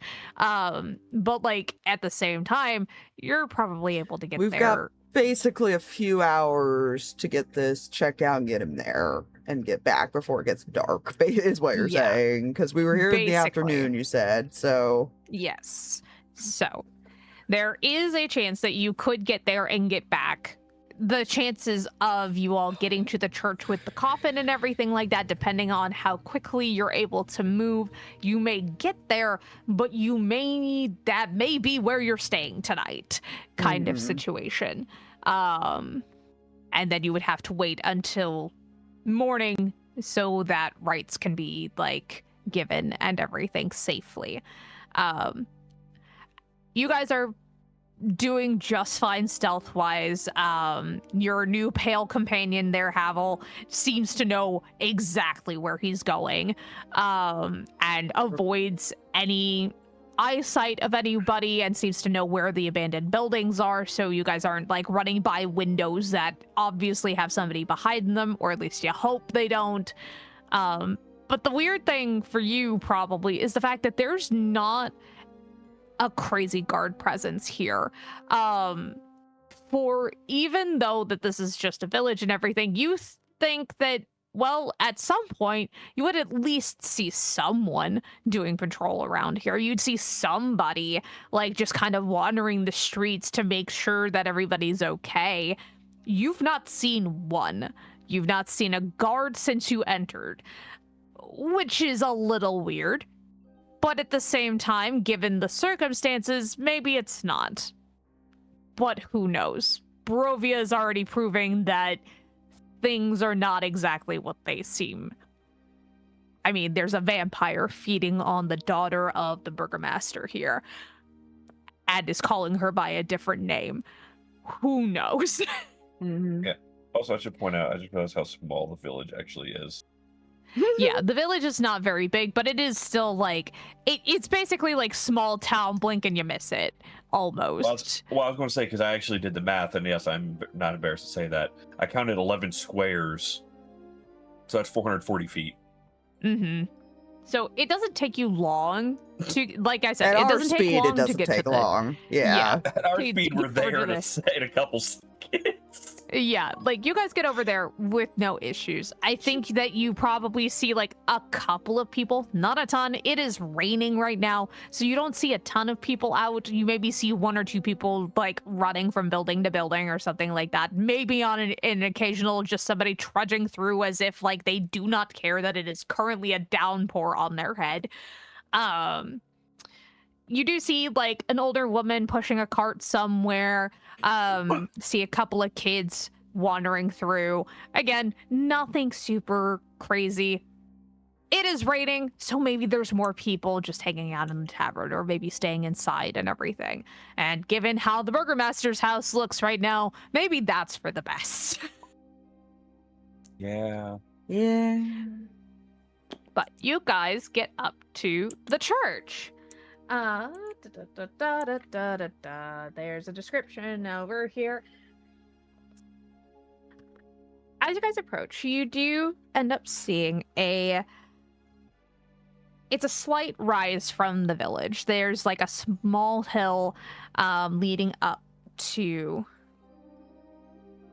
this church. This church is against like one of the main, basically, sections of like almost mountainous region that right above it you can just barely make out the outline of a castle, which is just looming over this place and is dark, and in a flash of lightning you could have sworn that maybe, just maybe, there was somebody standing on the edge of that castle somewhere. But for the church is obviously very, very weathered. It is seen better days, or maybe it hasn't at this point.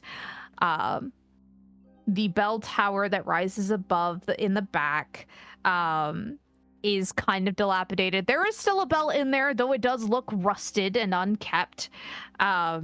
Maybe it rang once or twice in the time that you have been here, Ace, but not really, like, as far as you can remember, not a ton. There is flickering light that does shine through the shingled roof of the chapel. And there is somebody standing on the front steps of the church in front of heavy wooden doors, and the doors also look like they have also been beaten to crap. It does also look like very similar to the Burgermaster walls. Fire has been thrown at it, wolves have attacked, kind of thing. But there is somebody out front sweeping, so somebody's here.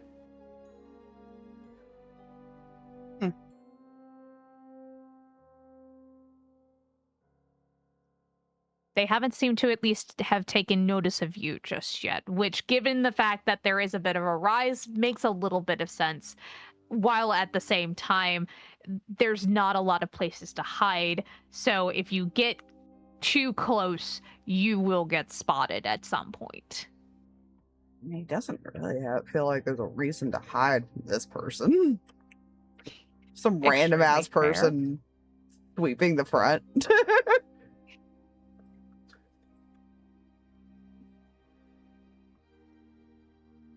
Yeah, no, he's just gonna start approaching. Yeah. Absolutely. Well, out Currently front, scanning the roof of the church and everything else because yay, paranoia. I mean, that's fair. Out front is an elven man, long Hot blonde anime hair. It is braided. He is dressed in what you would consider maybe a clergy robe of some kind, or like a lower attendant of the church. It looks completely outdated, Havel. This doesn't look like somebody who has gotten a new set of like holy clothes in ever. But he looks up and he smiles at both of you. Well, we haven't had visitors in a while. Judging from the look of the doors, you've had plenty of visitors. Oh, don't mind that. The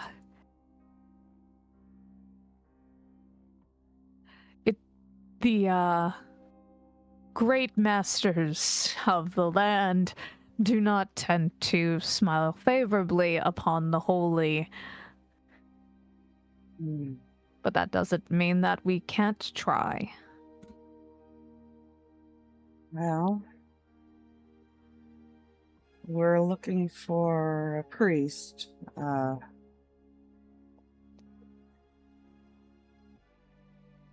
My friend's father passed away a few days ago, and they haven't been able to bring him by. I'm very sorry to hear that. You must be looking for... I can't pronounce this name. You're looking for Donovic. He is here. I can check with him. He has been in a sort of state for a while. His son went off with adventurers to the castle and returned unwell. He has been at prayer for some time. But he is here. What is his name? Aspire was the father's name. Please hold one moment. Reading through the things. God, sang it. Where's the name? Orlin? Huh? Yes, Koilin Inderovic. Coilin? Yeah, Colin. Coleon. Coleon. Coleon. Sorry. Coleon Inderovic. Coleon. Coleon. Coolio. Can you stop it? Can you tell him it's Coleon that passed? The Burgermaster. He'll nod. Well, that explains why you haven't been able to bring him by. Heard Yeah. quite the tales. How is Lady Arena? Stressed, to put it lightly. No doubt. Well, do fetch your friends and the body, and I will convince Father Donovic. We will make sure that he is given rights. If I may ask, what is his son's ailments? Unfortunately, even I am not privy to that. Donovic has kept him not in sight, but definitely in earshot. I hear him quite often crying for his father overnight. I see. Maybe I'll try speaking with him when I return. You may try. If he will not speak to me, who is a faithful attendant, perhaps he will speak to someone that is outside of the church. It's worth trying. Anything is worth trying, my friend. Well, go on. Fetch who you need to fetch. I will work on the dear priest. And, depending on when you get back, well, Just we bar the doors so- after sunset. Yes, it shouldn't take us too long, but fair warning that Irina will be attending for obvious reasons. Obviously. I had anticipated that that she would. She was beloved by her father despite not being blood related. It is a wonder.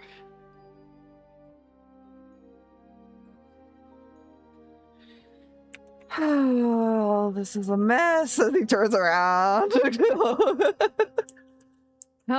You haven't heard the half of it, I'm sure. We'll see you Yeah. shortly. Leave for a decade, and this is what happens. Welcome home, then.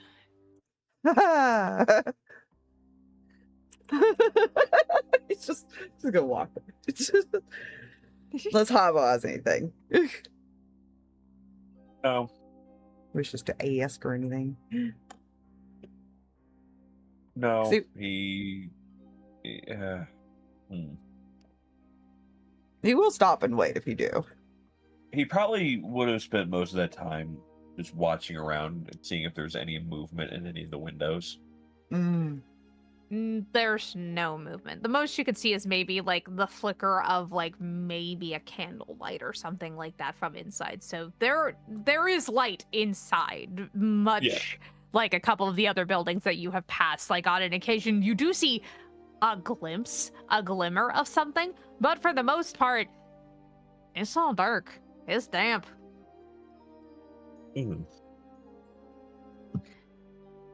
Yeah, he would nod to the person before they walked away, and then will turn to follow. Well, as you're starting to walk back with your friend here and everything like that, that presence returns to you, and it takes way too long for how sudden the feeling of them being basically over your shoulder again has returned. It's freaking. Can you hear me? Yes. Oh, fucking Faye. Havel. It sounds like No. Faye. God. His Navi's fail, no. Yes, I can hear you. Lovely. Okay. I wasn't sure I would be able to get back to you. Yeah, you're on the material plane, but you're technically, it's complicated. So when I said don't die, I literally mean do not die. I am begging you right now. This is the worst place you could possibly die. I'm going to tell you. Have you figured out how to leave yet? Because you should probably go. We need to get out of here. According to some locals, I'm not leaving. Oh, boy. Okay. Well, Better- and it's cut off for another few seconds before there's just cursing. Sounds about right. Apparently, I'm a guest of the Master of the Lands, if I understood the Ismark guy right. I'm not sure that's a good thing. I didn't think so either. Okay. So here's the problem. The reason I'm having a hard time getting through is because there's interference. I couldn't tell you whether or not. I couldn't tell you how long, and it just keeps pitching in and out before it finally solidifies again. Okay, anyways. The connection is a little bit funky, so I'm going to do my best to stick around so I can keep an eye on you and make sure that, like, you get out of here. But as it stands, there's a chance that I will get cut off from you, and you're gonna be on your own, and you really cannot die there. I cannot stress enough that dying where you're at is bad. Your soul wouldn't end up here. Noted. Okay. I have others kind of trying to figure out where this is, because we may have, weirdly, somebody may know something, but they're like old, and we have to talk to them about that, and you know how I complain about the old ones. In any case, just be careful. I'm here if you need me. To the best of my ability, just don't trust anything. He'll kind of turn to the right and look at new friend. He'll turn back to face forward. I'm already wandering alone with somebody. Just, your self-preservation skills sometimes baffle me. He hasn't tried to kill me yet. The yet is the word I'd be worried about. Just be You know I can cautious. hear you, right? I am well aware. Okay. Just making sure. But no, The I'm voice not one to Goes quiet. kill What is your unprovoked, name? so... just call me Ace. Don't worry if you're still there. Ace hasn't tried to kill me yet. Just a heavy sigh. Got the voices in your head, huh? I don't know how to quite describe what they are at the moment. I Here don't know if it's safe to thought- describe what they actually are here in this land. and here I thought I was crazy. Is it some, like, weird religious thing? Because if so, yes, no, don't discuss that too openly.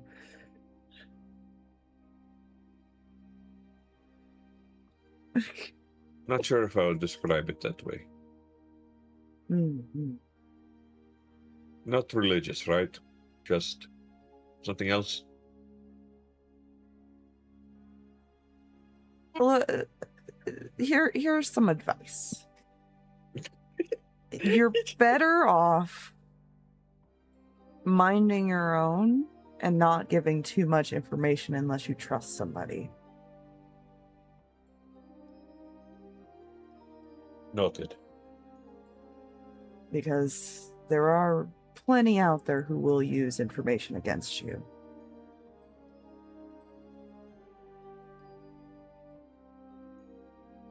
Hell, there's even... Oh, what was it called? There's a place that doesn't even let you in if you're not human. You'll meet all kinds of interesting people around here. But most He'll tend to just keep kinda their head turn down. He'll just kind of turn and look. Won't let me in if I'm a human or inhuman? Not human. So you are you not human? Do you have to worry about that? He'll kind of do like a kind of like look up, like thinking of like, how do I answer this? You answer you're human. You don't know. You're human. You're human. Havel. I am human. Yeah. Well, I'm not going to go into detail, but you know, Like my, as you can tell from my eyes, I'm clearly not. That's all you need to know.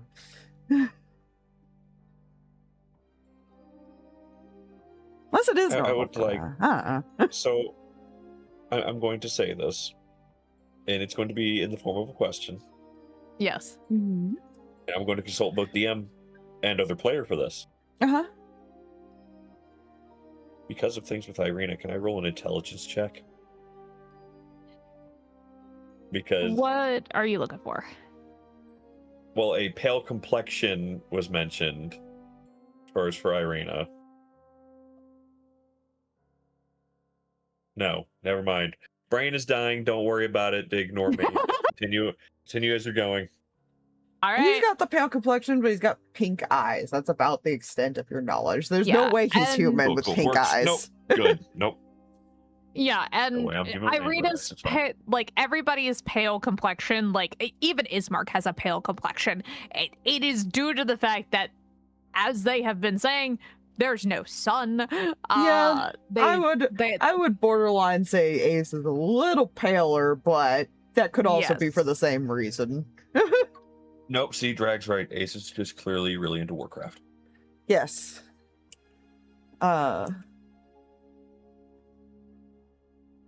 If you want to make just like a general insight, I might give you some descriptions, but they won't be too obvious, but it's something you could note. Nah. Okay.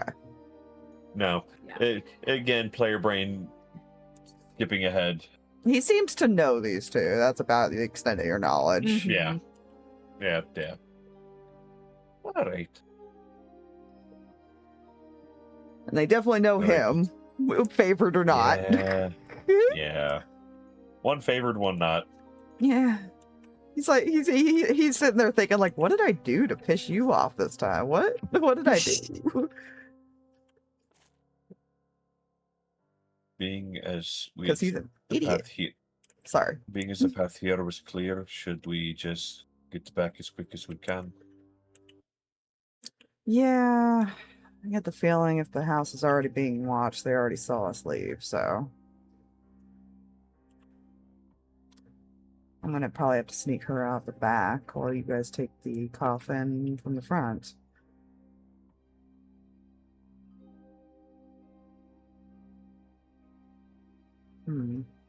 If all else fails, see if we have extra wood. We can always carry out 2 coffins.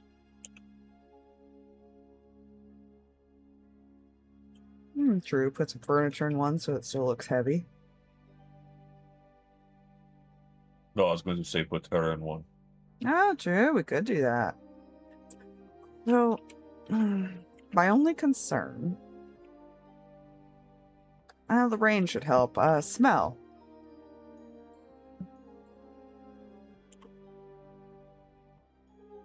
She does have a wound on her neck, and, you know, if you've heard any stories about what that's from,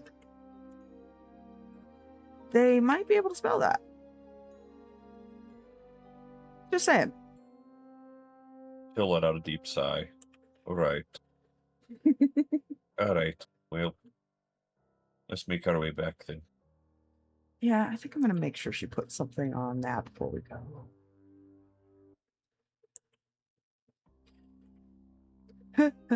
Zoomies. Before Like, you this is- two get This is back, at full speed.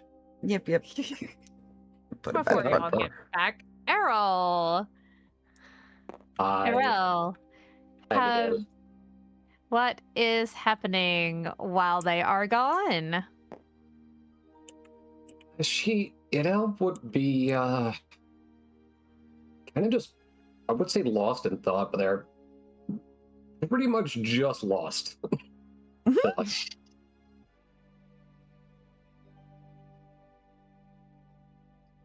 Irina actually approaches you and just kind of like crosses her arms and tilts her head. You have no idea what's going on right now, do you? She nods. How can we help? You poor sweet summer child. Or underdark child, I suppose. I know not where to begin.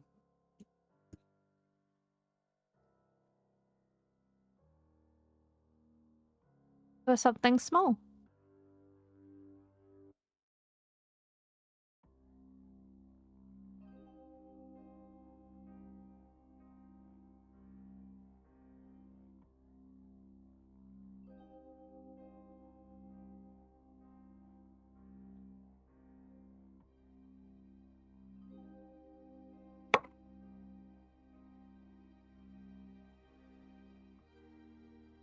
Be small.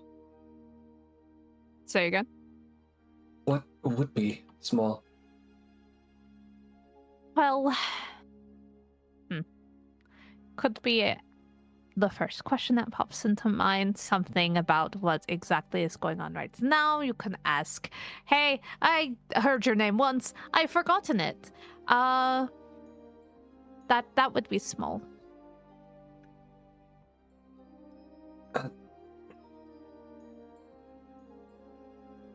Well, you were identified as Irina, correct? Correct.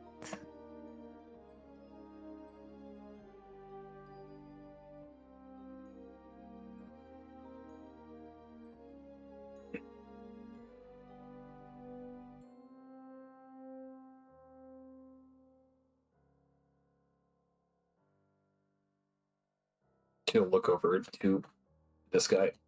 Mm-hmm. I realize I'm already technically over there, but that's besides the point.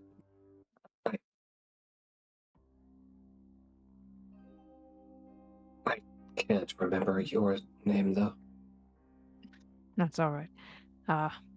Ismark. My name is Ismark. It's Mark. Yes. The new See. burgomaster of the village of Barovia for all that it is worth. Very funny, Arena.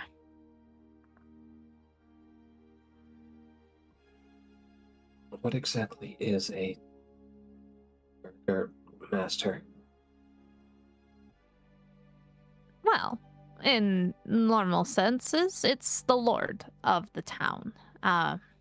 He basically helps make sure that the town is running smoothly, protects the people, things of this nature, except for when you have a vampire constantly coming into your town and causing a ruckus. Technically, he is above me in the grand scheme of things, Irina.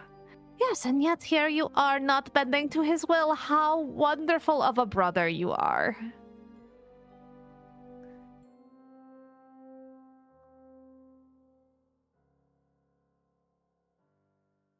Brother? Technically. Irina was adopted by my father when she was very young.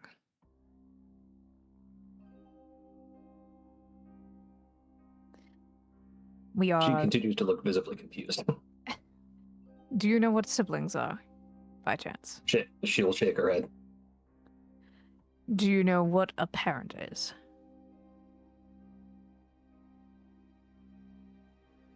She will shake her head after a short pause.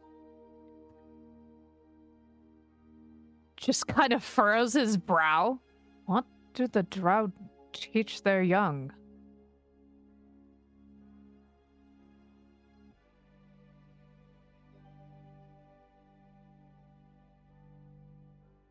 What kind of structure of family do you even have? I just had my mistress. You are an orphan.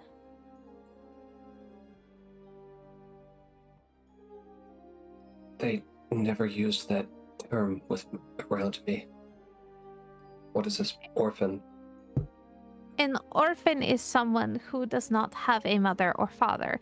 A mother and father are necessary to create a child, which is how you came to be, I assume.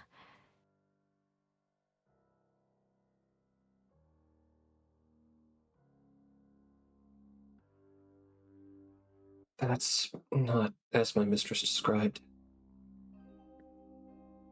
She never actually said how I came to be, at least in my presence.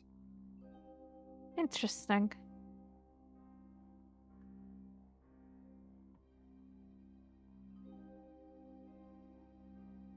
You're very intriguing. You might be one of the most interesting people that has come into Barovia in a very, very long time.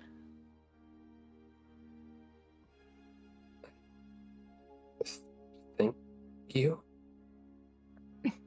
It's a compliment. Though I do apologize, as this is your introduction to the above world, I guess. Can you read Lady Erel? I can, at least in my native tongue and the common one. We have a few books left. They're not necessarily the most highbrow, but perhaps they would prove useful to you to at least give you an idea of what the world is like here.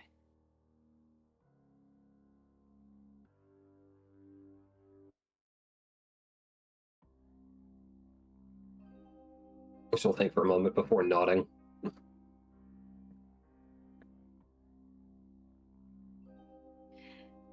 Come here, I will show you while we wait for those two to return and get our dear father out of here. She will lead you back over here, and we're gonna call this room like a small study.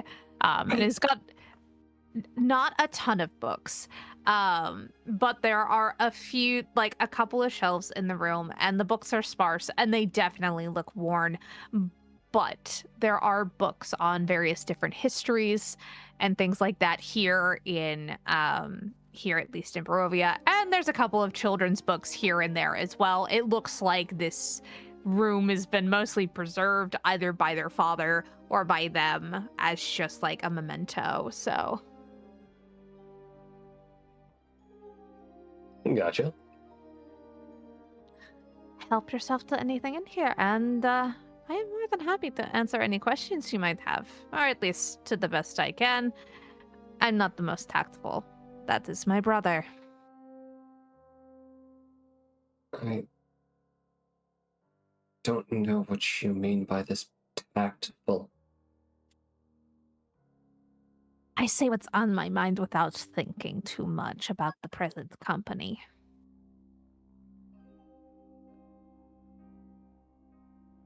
Or how to put something nicely.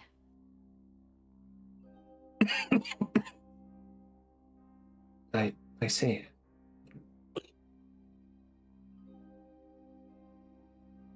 I also completely forgot I was going to be doing an accent with her, but I forgot what it was.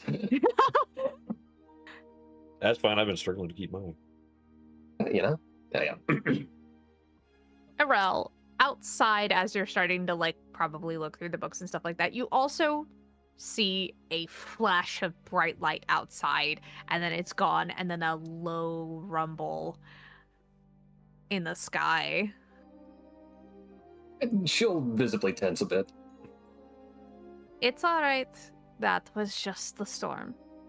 There is lightning and then there's thunder. Lightning is I'm going to assume something to do with either magic or some kind of science that I don't understand. It combusts and creates a bright flash. And then thunder is just basically the echo of that flash. It sounds off, basically. So it is just part of the storm. It happens occasionally. It's nothing to be afraid of, I assure you. If you say so. She'll relax a little bit. Take your time. We'll wait for the other two to get back, and then have our own little adventure from one end of town to the other. Very well.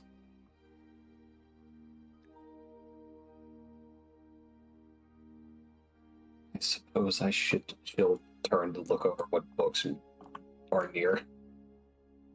Yep. Again, plenty of things to read through on various different topics. There's a lot of stuff on like the village here and everything like that, whether it's a histories.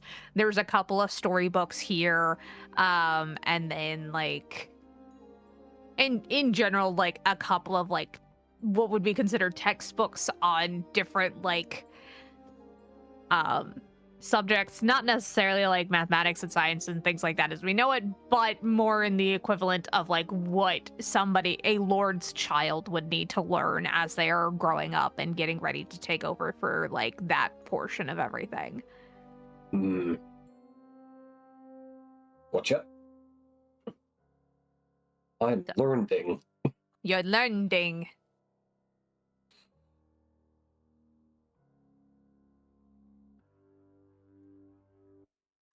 All right. Anything else in the meantime, or shall we have the boys return? None I can think of.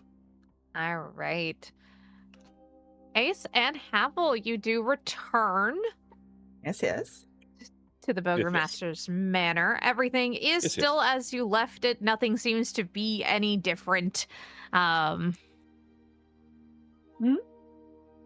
Everything's all good. Gonna knock. You forgot to give us a password. Just like you hear the bar slide hard against the thing and then the door crack open. Didn't figure out I'd have to. I'd recognize that voice anywhere. Come in.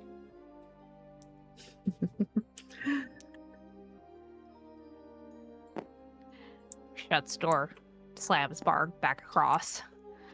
Well, good news. Priest is there. Someone is going to convince him to do the burial. They also bar their doors, so if we get stuck there, we can at least assure some safety. Bad news, his son has fallen under an ailment that is unknown, so I may be checking into that while we're there. Oh, lovely. After visiting the castle. I see. I was wondering. We had a madman appear in the village and rally a whole bunch of people some months ago. No one came back, and it sounds like one did, but not well. Yeah, I'm gonna take a look into that if I can. Be careful. Yeah, I'm always careful. Just kind of stares at you. I'm alive, aren't I? Uh-huh.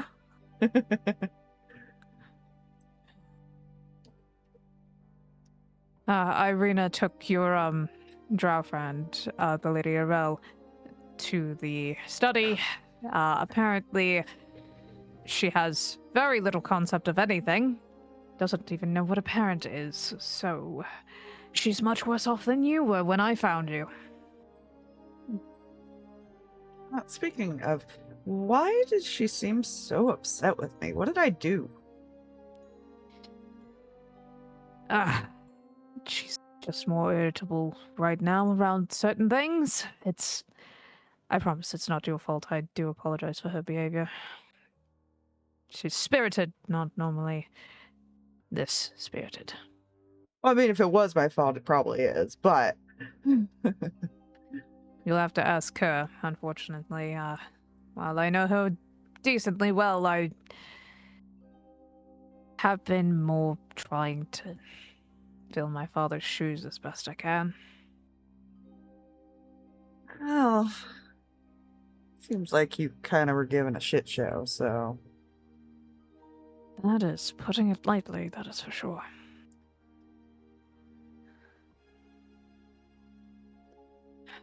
But for Good now, thing I'm Irina. Yes, good thing. Irina, Lady Erel, they're back.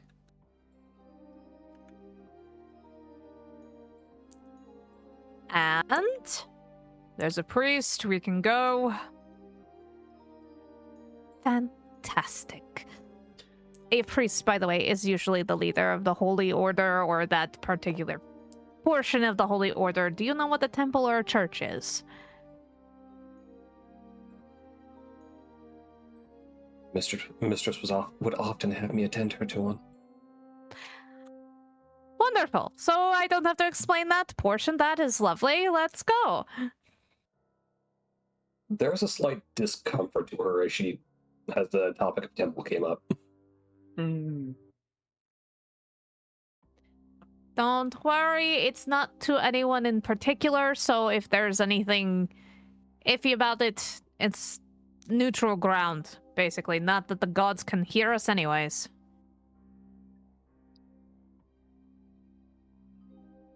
She doesn't say anything, but she'll pause there for a second before carefully setting the book on a nearby table and walking out. Sorry, forgot to mute, sorry. You're fine. So how are we going to do this? I know that we need to get the coffin into the cart, which I'm assuming our very strong helpers are here to do that. Yes. Might have to sneak you out a different way. I figured as much. What did you have in mind? Yeah. They go out the front, we go out the back. Although, Very doable. bit of advice. He kind of motions to his own neck a bit. You may want to bandage that for particular reasons.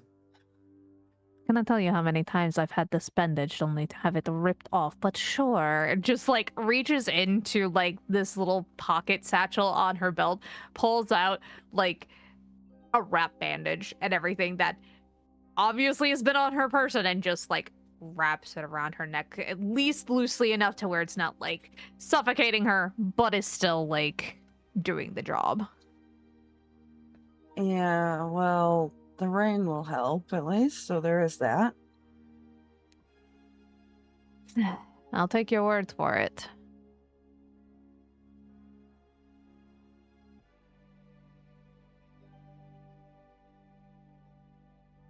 Right, so myself, Mr. Havel, and Lady Erel will take the coffin out to the cart, and Ace, you and my sister will head out the back. We'll be nearby, but we'll stick to the alleys. Be careful, both of you. Run back here if anything happens.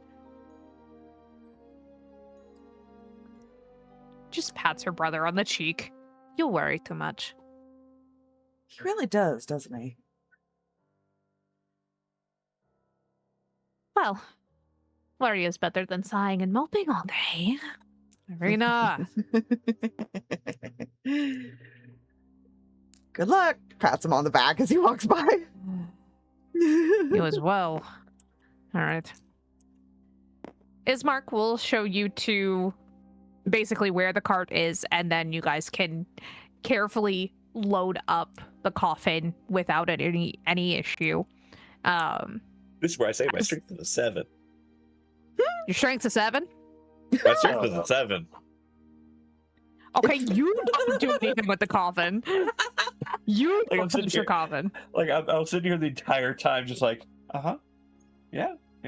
Do they Yeah, need he help gotcha, with yeah, the he gotcha. coffin? Ismark is fine.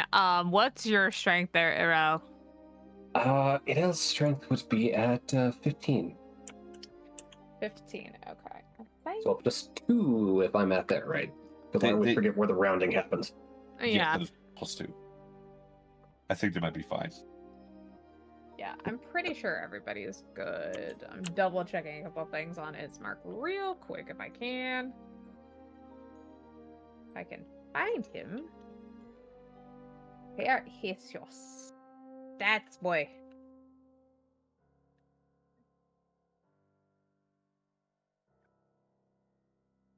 He exists somewhere. It's right there.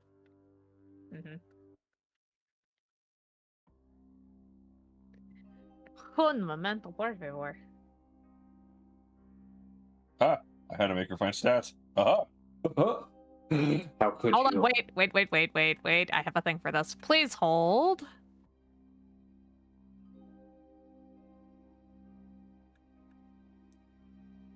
No, buffering. Why? Oh, I wish that was a GIF. That would have been great. That'd be hilarious. But you know what? We get the gist. We're good.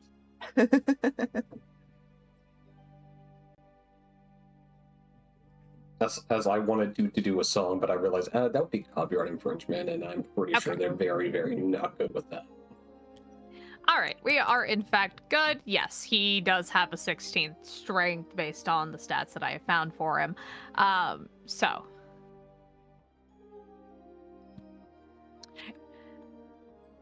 So the coffin between like Erel and Ismark can be carried to the cart. Havel, you're basically there both for moral support and then also to basically keep watch is what Ismark is having you do, making sure that like there's nobody coming like in any directions and everything like that, because again, they want to make sure that nobody like disturbs them to get their father buried. This man has been sitting basically like for 3 days unburied, which is for a situation as crazy as death is and everything, and especially in this place, feels like a long time. Yeah. Especially with vampires lurking about.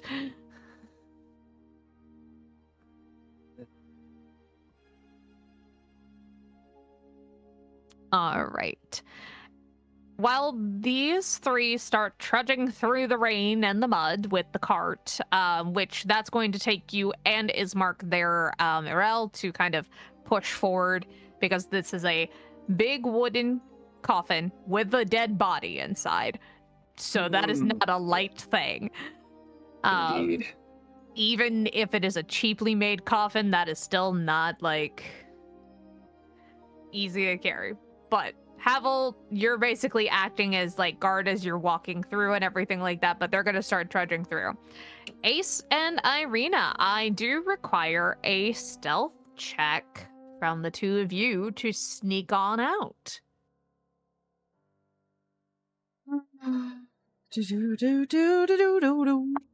God, no, come back, dice.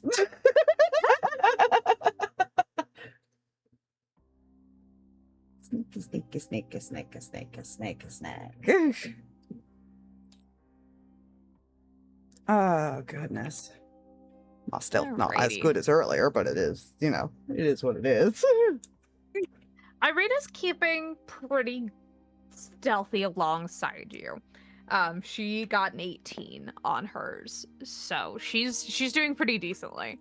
But again, much like before, you know your way around like the alleyways and whatnot. I'm assuming you do not take the same way that you took Havel the last time.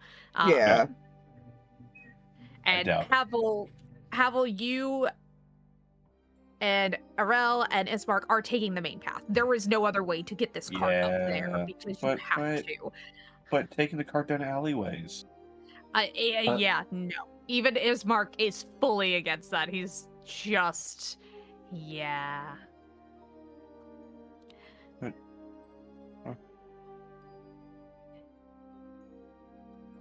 yeah, y'all start making your way. I'm gonna move you guys off the board. Obviously, the three with the body are gonna take a little bit longer than Speedy Gonzalez over here.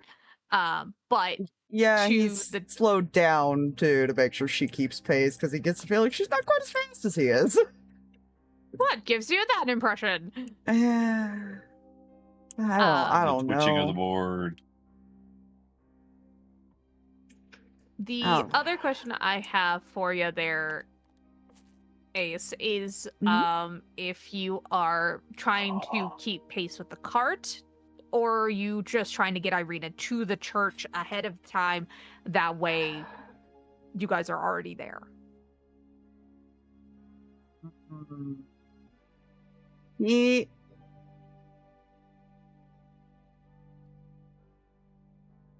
He probably would have only told Ismark they would be just somewhere nearby to keep Isa's mind. No, he's gonna try to get Irina there as quick as possible. Absolutely understandable. All right. So you are definitely going to get there before the other three. So by the time, and this is me just kind of guesstimating because I am very bad at the math and everything like that. So if any of you are like, hey, the math ain't math, then let me know. But by the time Ismark and Irina get here, I'm going to say that the cart is probably going to be here. So just based on like speed and everything like that, especially because like, again, this is not a light cart and it's taking 2 people to push. Plus there's mud, and while it is a cobblestone road, it's a cobblestone road, and rolling anything over it is still going to be a time. Did Ismark go ahead, or is he with cart still? Because you said Irina and Ismark. I'm sorry, Irina and Ace are gonna get to the So Ismark he's basically gonna make sure she's inside, and then probably just sit outside on the steps waiting, just chilling. Very fair. The attendant that was there before is not outside, but you do briefly see him when Irina steps in and everything like that. He smiles and nods to you, and is basically just like, I've spoken to the father. We are still praying, but as soon as everything is in order, we can get your father buried, Irina.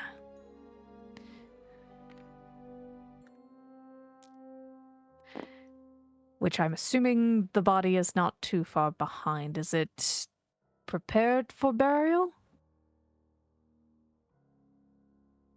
It's in a coffin. Well, that is at least one step further than most people these days. Irina, why don't you come with me further into the chapel and let us know when your friends arrive there, sir. Yep. So he will take Irina further into the church chapel area. And it does take the other 3 some time. And to describe it more for Erel, just because, like, this is the first time she's seeing things, and even more for Havel now that he's on a main street and not just peeking through alleyways. The town is definitely small and everything like that, in comparison especially to where you 2 have come from, the Underdark being a very vast expanse, and most of the time when you're in any kind of civilization, it's sprawling, it's all over the place, it's in the walls, it's on the floor, it's in the ceiling, like, it's everywhere. This place is pretty small in comparison to the fact that it has a sky and, like, room everywhere. There aren't walls necessarily here. For Havel, like, again, you're noticing that there's not a ton of guard presence, if at all. There's, again, only a couple people running between buildings, if at all. You do see, like, a couple those kids that you saw earlier still wandering around and everything like that. The lady with the cart has vanished for now, so maybe she went inside to get out of the rain. But that's just kind of where things are at this time, as you make your way through the village of Barovia. Is there anything, anybody, whether that is Ace up at the chapel by himself or the 2 that are helping Ismark push the cart up the hill? I am laying down, staring up at the sky. Just chilling there, like I'm just, just chilling.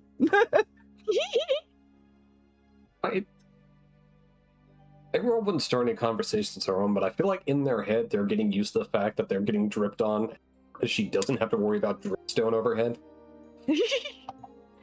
haha, I'm cheating. It's not a stalactite or whatever, it is stone. Dripstone. Love that.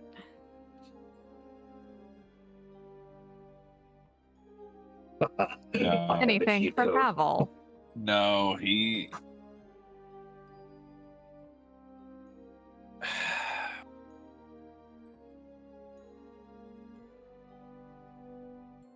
What?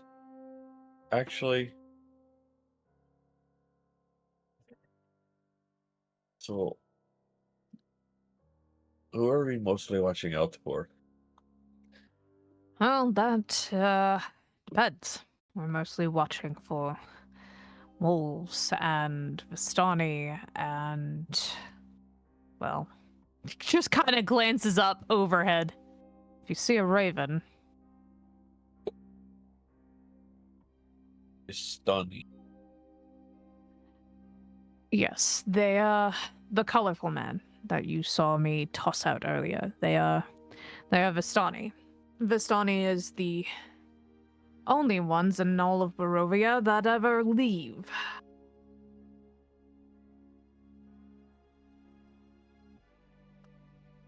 The pirate apparently gets sent to invite people here. Most Vistani that I have had the pleasure of meeting are the devil's spies. They are usually very friendly folk. They are enchanting in some ways. And in others, very dangerous.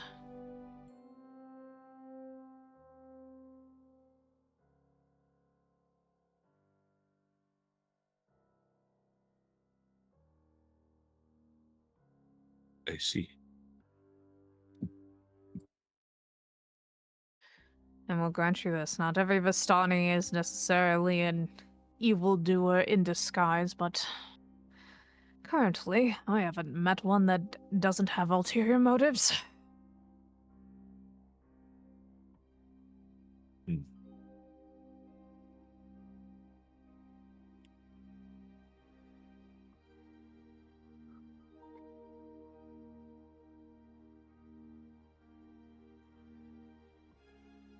Well, thankfully we saw nothing of the sort on the way here.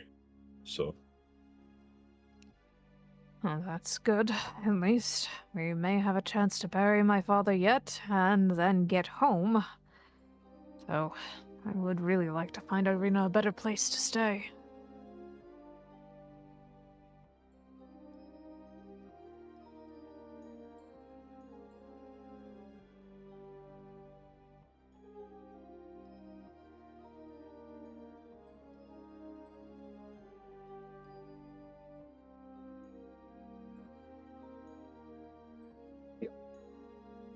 You spoke about that and the wolves and the rest that you haven't explained, honestly.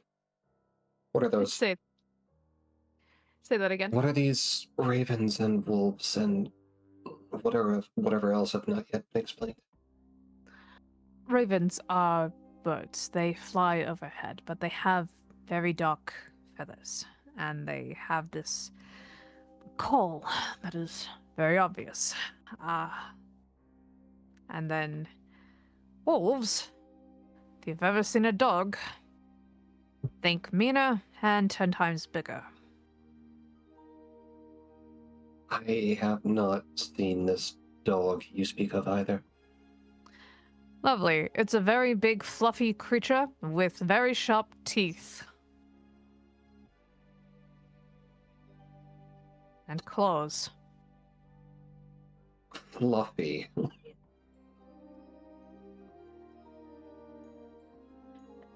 Kind of motions to his hair.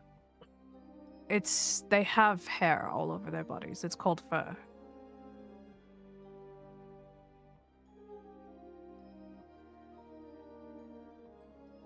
I see.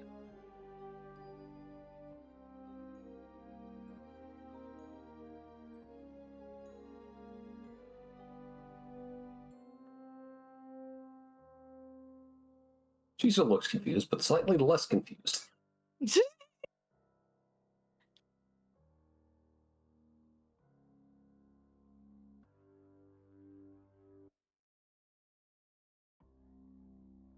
Anything else from either of you?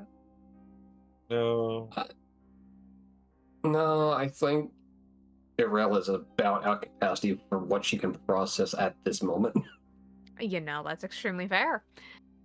All right. So after, I'm going to say, how long did we say that it took you two, Havel and Ace, to get to the church originally? It didn't take too long, I believe.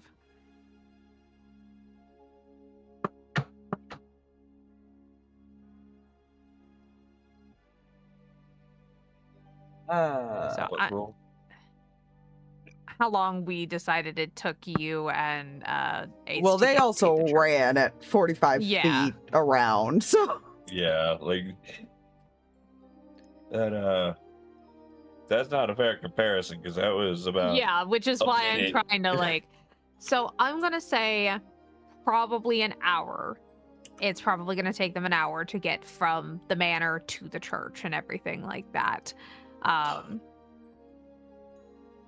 Even with an occasional like, okay, stop, hold on, regrip, and go. So they do eventually trudge up the hill and everything, and everybody's there and in one piece. Yeah, he's just chilling there waiting. Where's Irina? She's inside. Okay. Figured it'd better than waiting out here. Pretty much. Over here. And Ismark will nod you over, Erel, to help take the cart over to a more, dried off area. There is an overhang with a few supplies nearby, right near the corner of the church where it leads around, and there is like another separate area in the back, that is hidden from view. You guys need some help? I think we're all right for now. Might need some help later.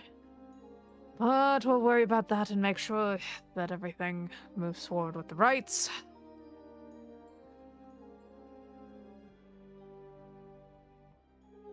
All right.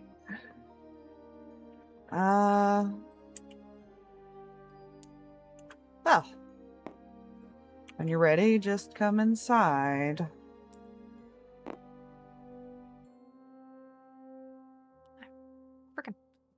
Let me select both of these. Gods, thank you.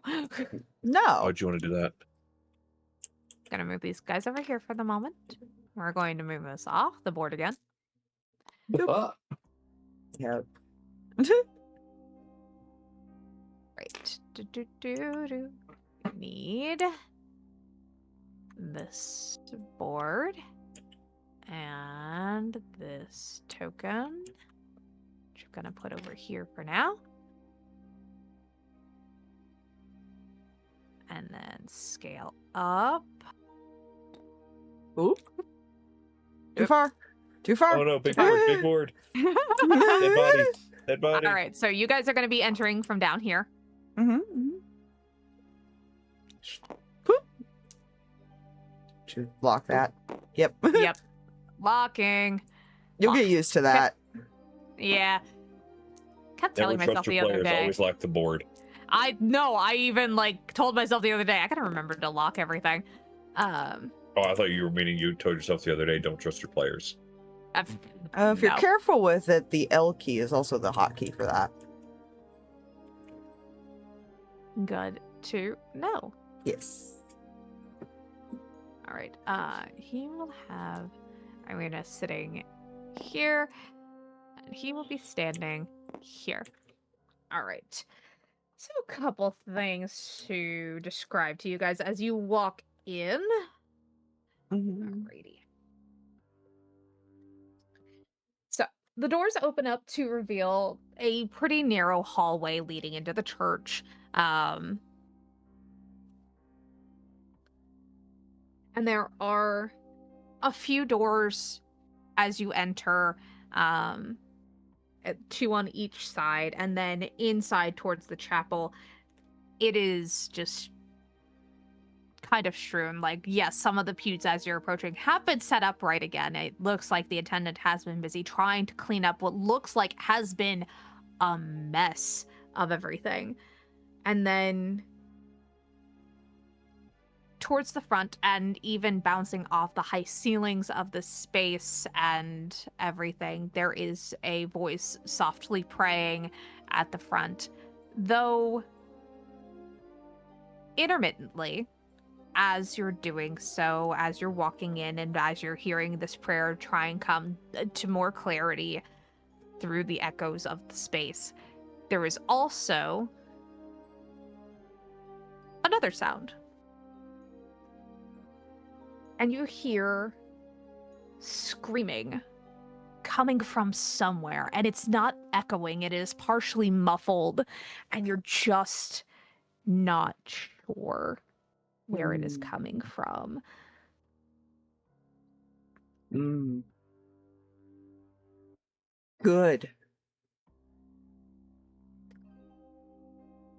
I'm gonna double check a couple of things here, because I know I wrote down a couple of things.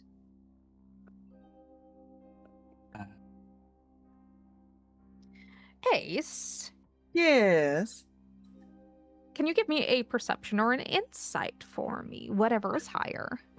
Ah. Ooh. Which one is higher? I think it's the same, but let me see. Insight, perception, they all the same. So I'll just say perception, dirty 20. All right. Well, for Ace, the screaming sounds not human, but it also sounds like something that you might be familiar with. It is a pained scream of unfortunate familiarity.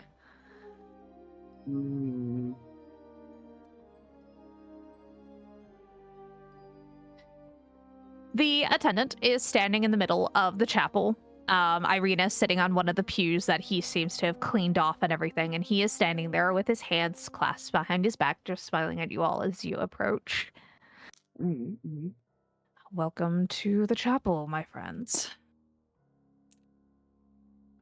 I am sorry for your loss, Ismark. Ismark just nods to the man.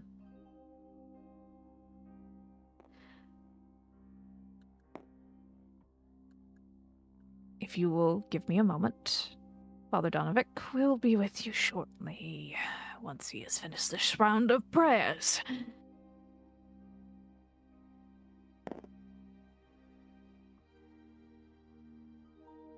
DM. Yes. I had to remember I had to answer that because I'm the DM. Gods. Haha, get wrecked. What's up? Can Havel try and see if he can focus and try and pinpoint where the screaming might be coming from? Sure, give me a perception. I'm doing rogue things. He's just quietly standing there or patient. It's fine. Everything is okay. 17.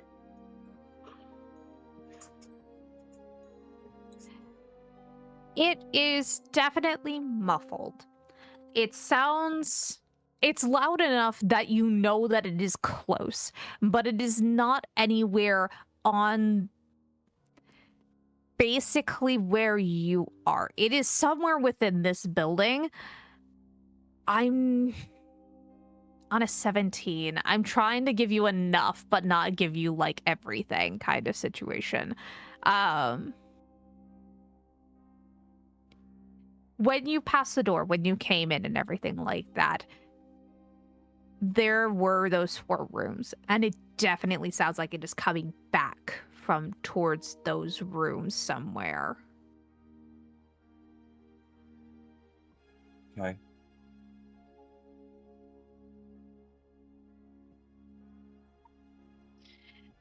It takes a couple of minutes before the attendant will take Donovic's place, which seems to be the only way this man will stand, and approach.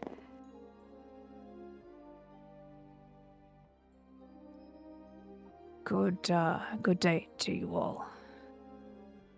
I do apologize. I should have potentially made a house call, it seems.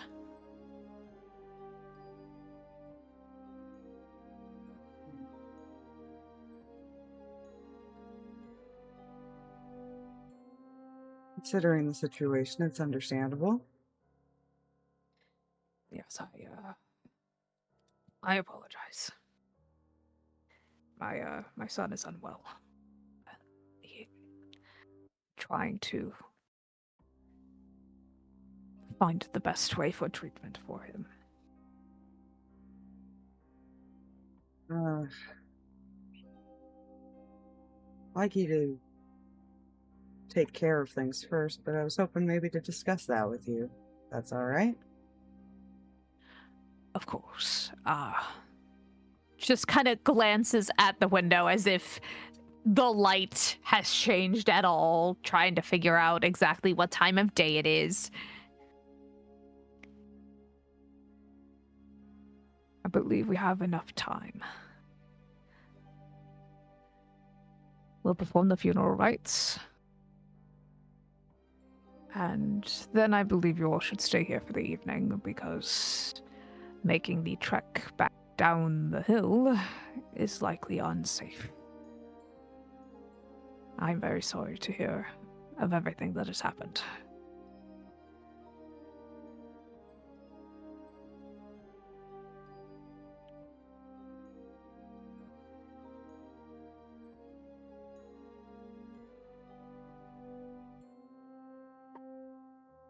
Now, shall we begin the funeral rites? And that, my friends, I believe, unless there's anything the characters would wish to say or do at this moment. I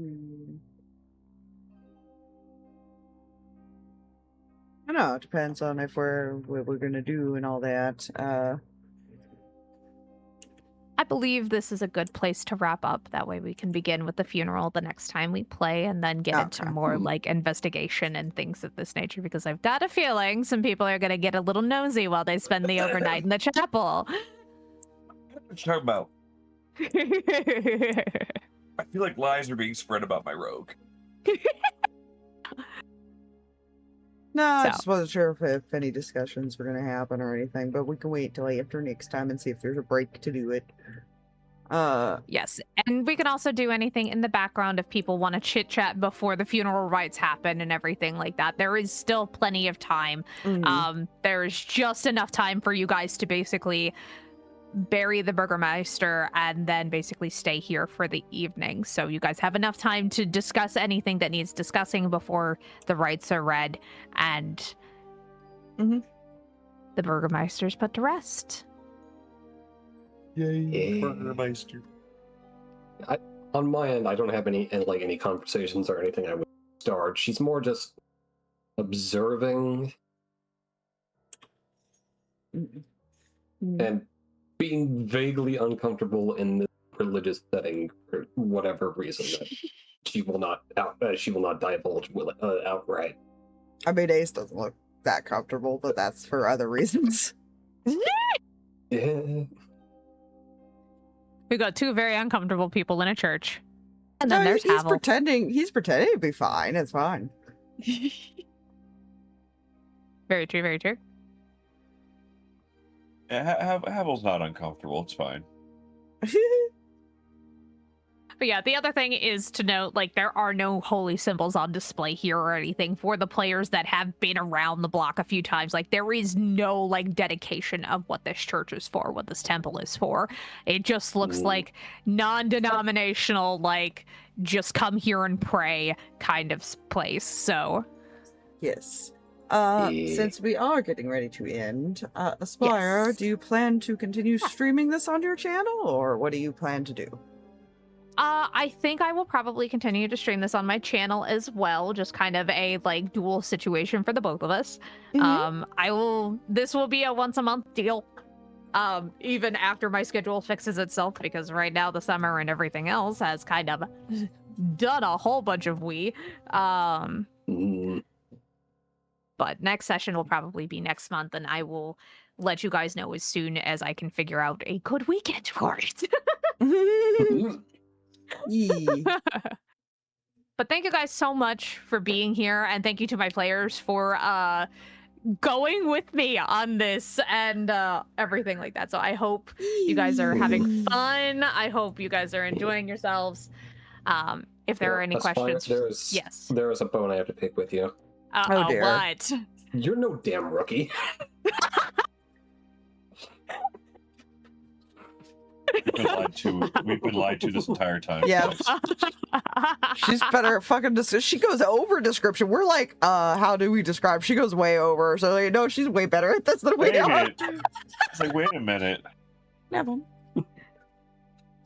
Listen here, the module only like gives like these bits and pieces, and I'm like, no, we can do better. Wash your hair that well. Say hi, stream. Hello. Okay, bye. Bye, child. Kitties and children. But yes, thank you guys. I appreciate that. I appreciate the compliments.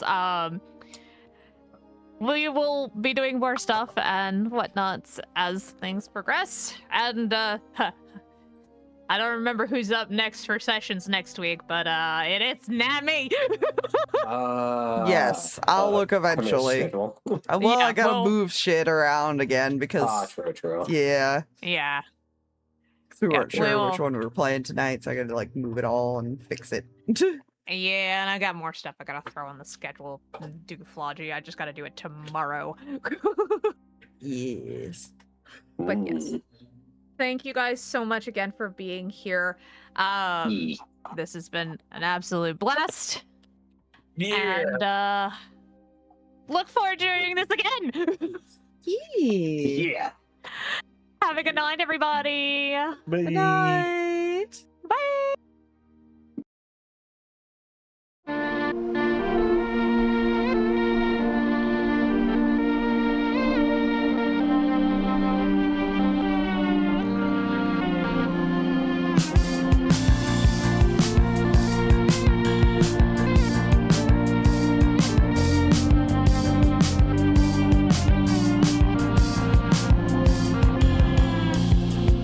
Rain falls on this town, nourishing the ground.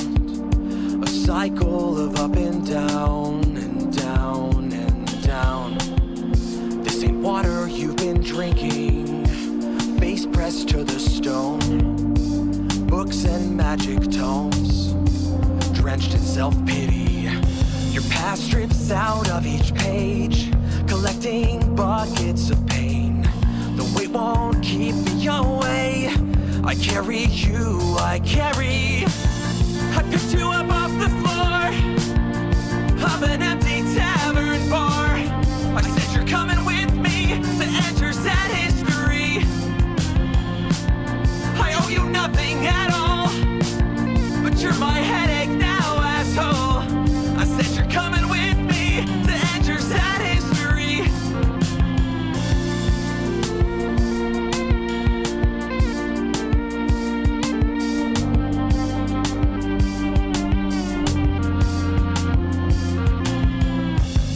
Strips out of each page, collecting buckets of pain.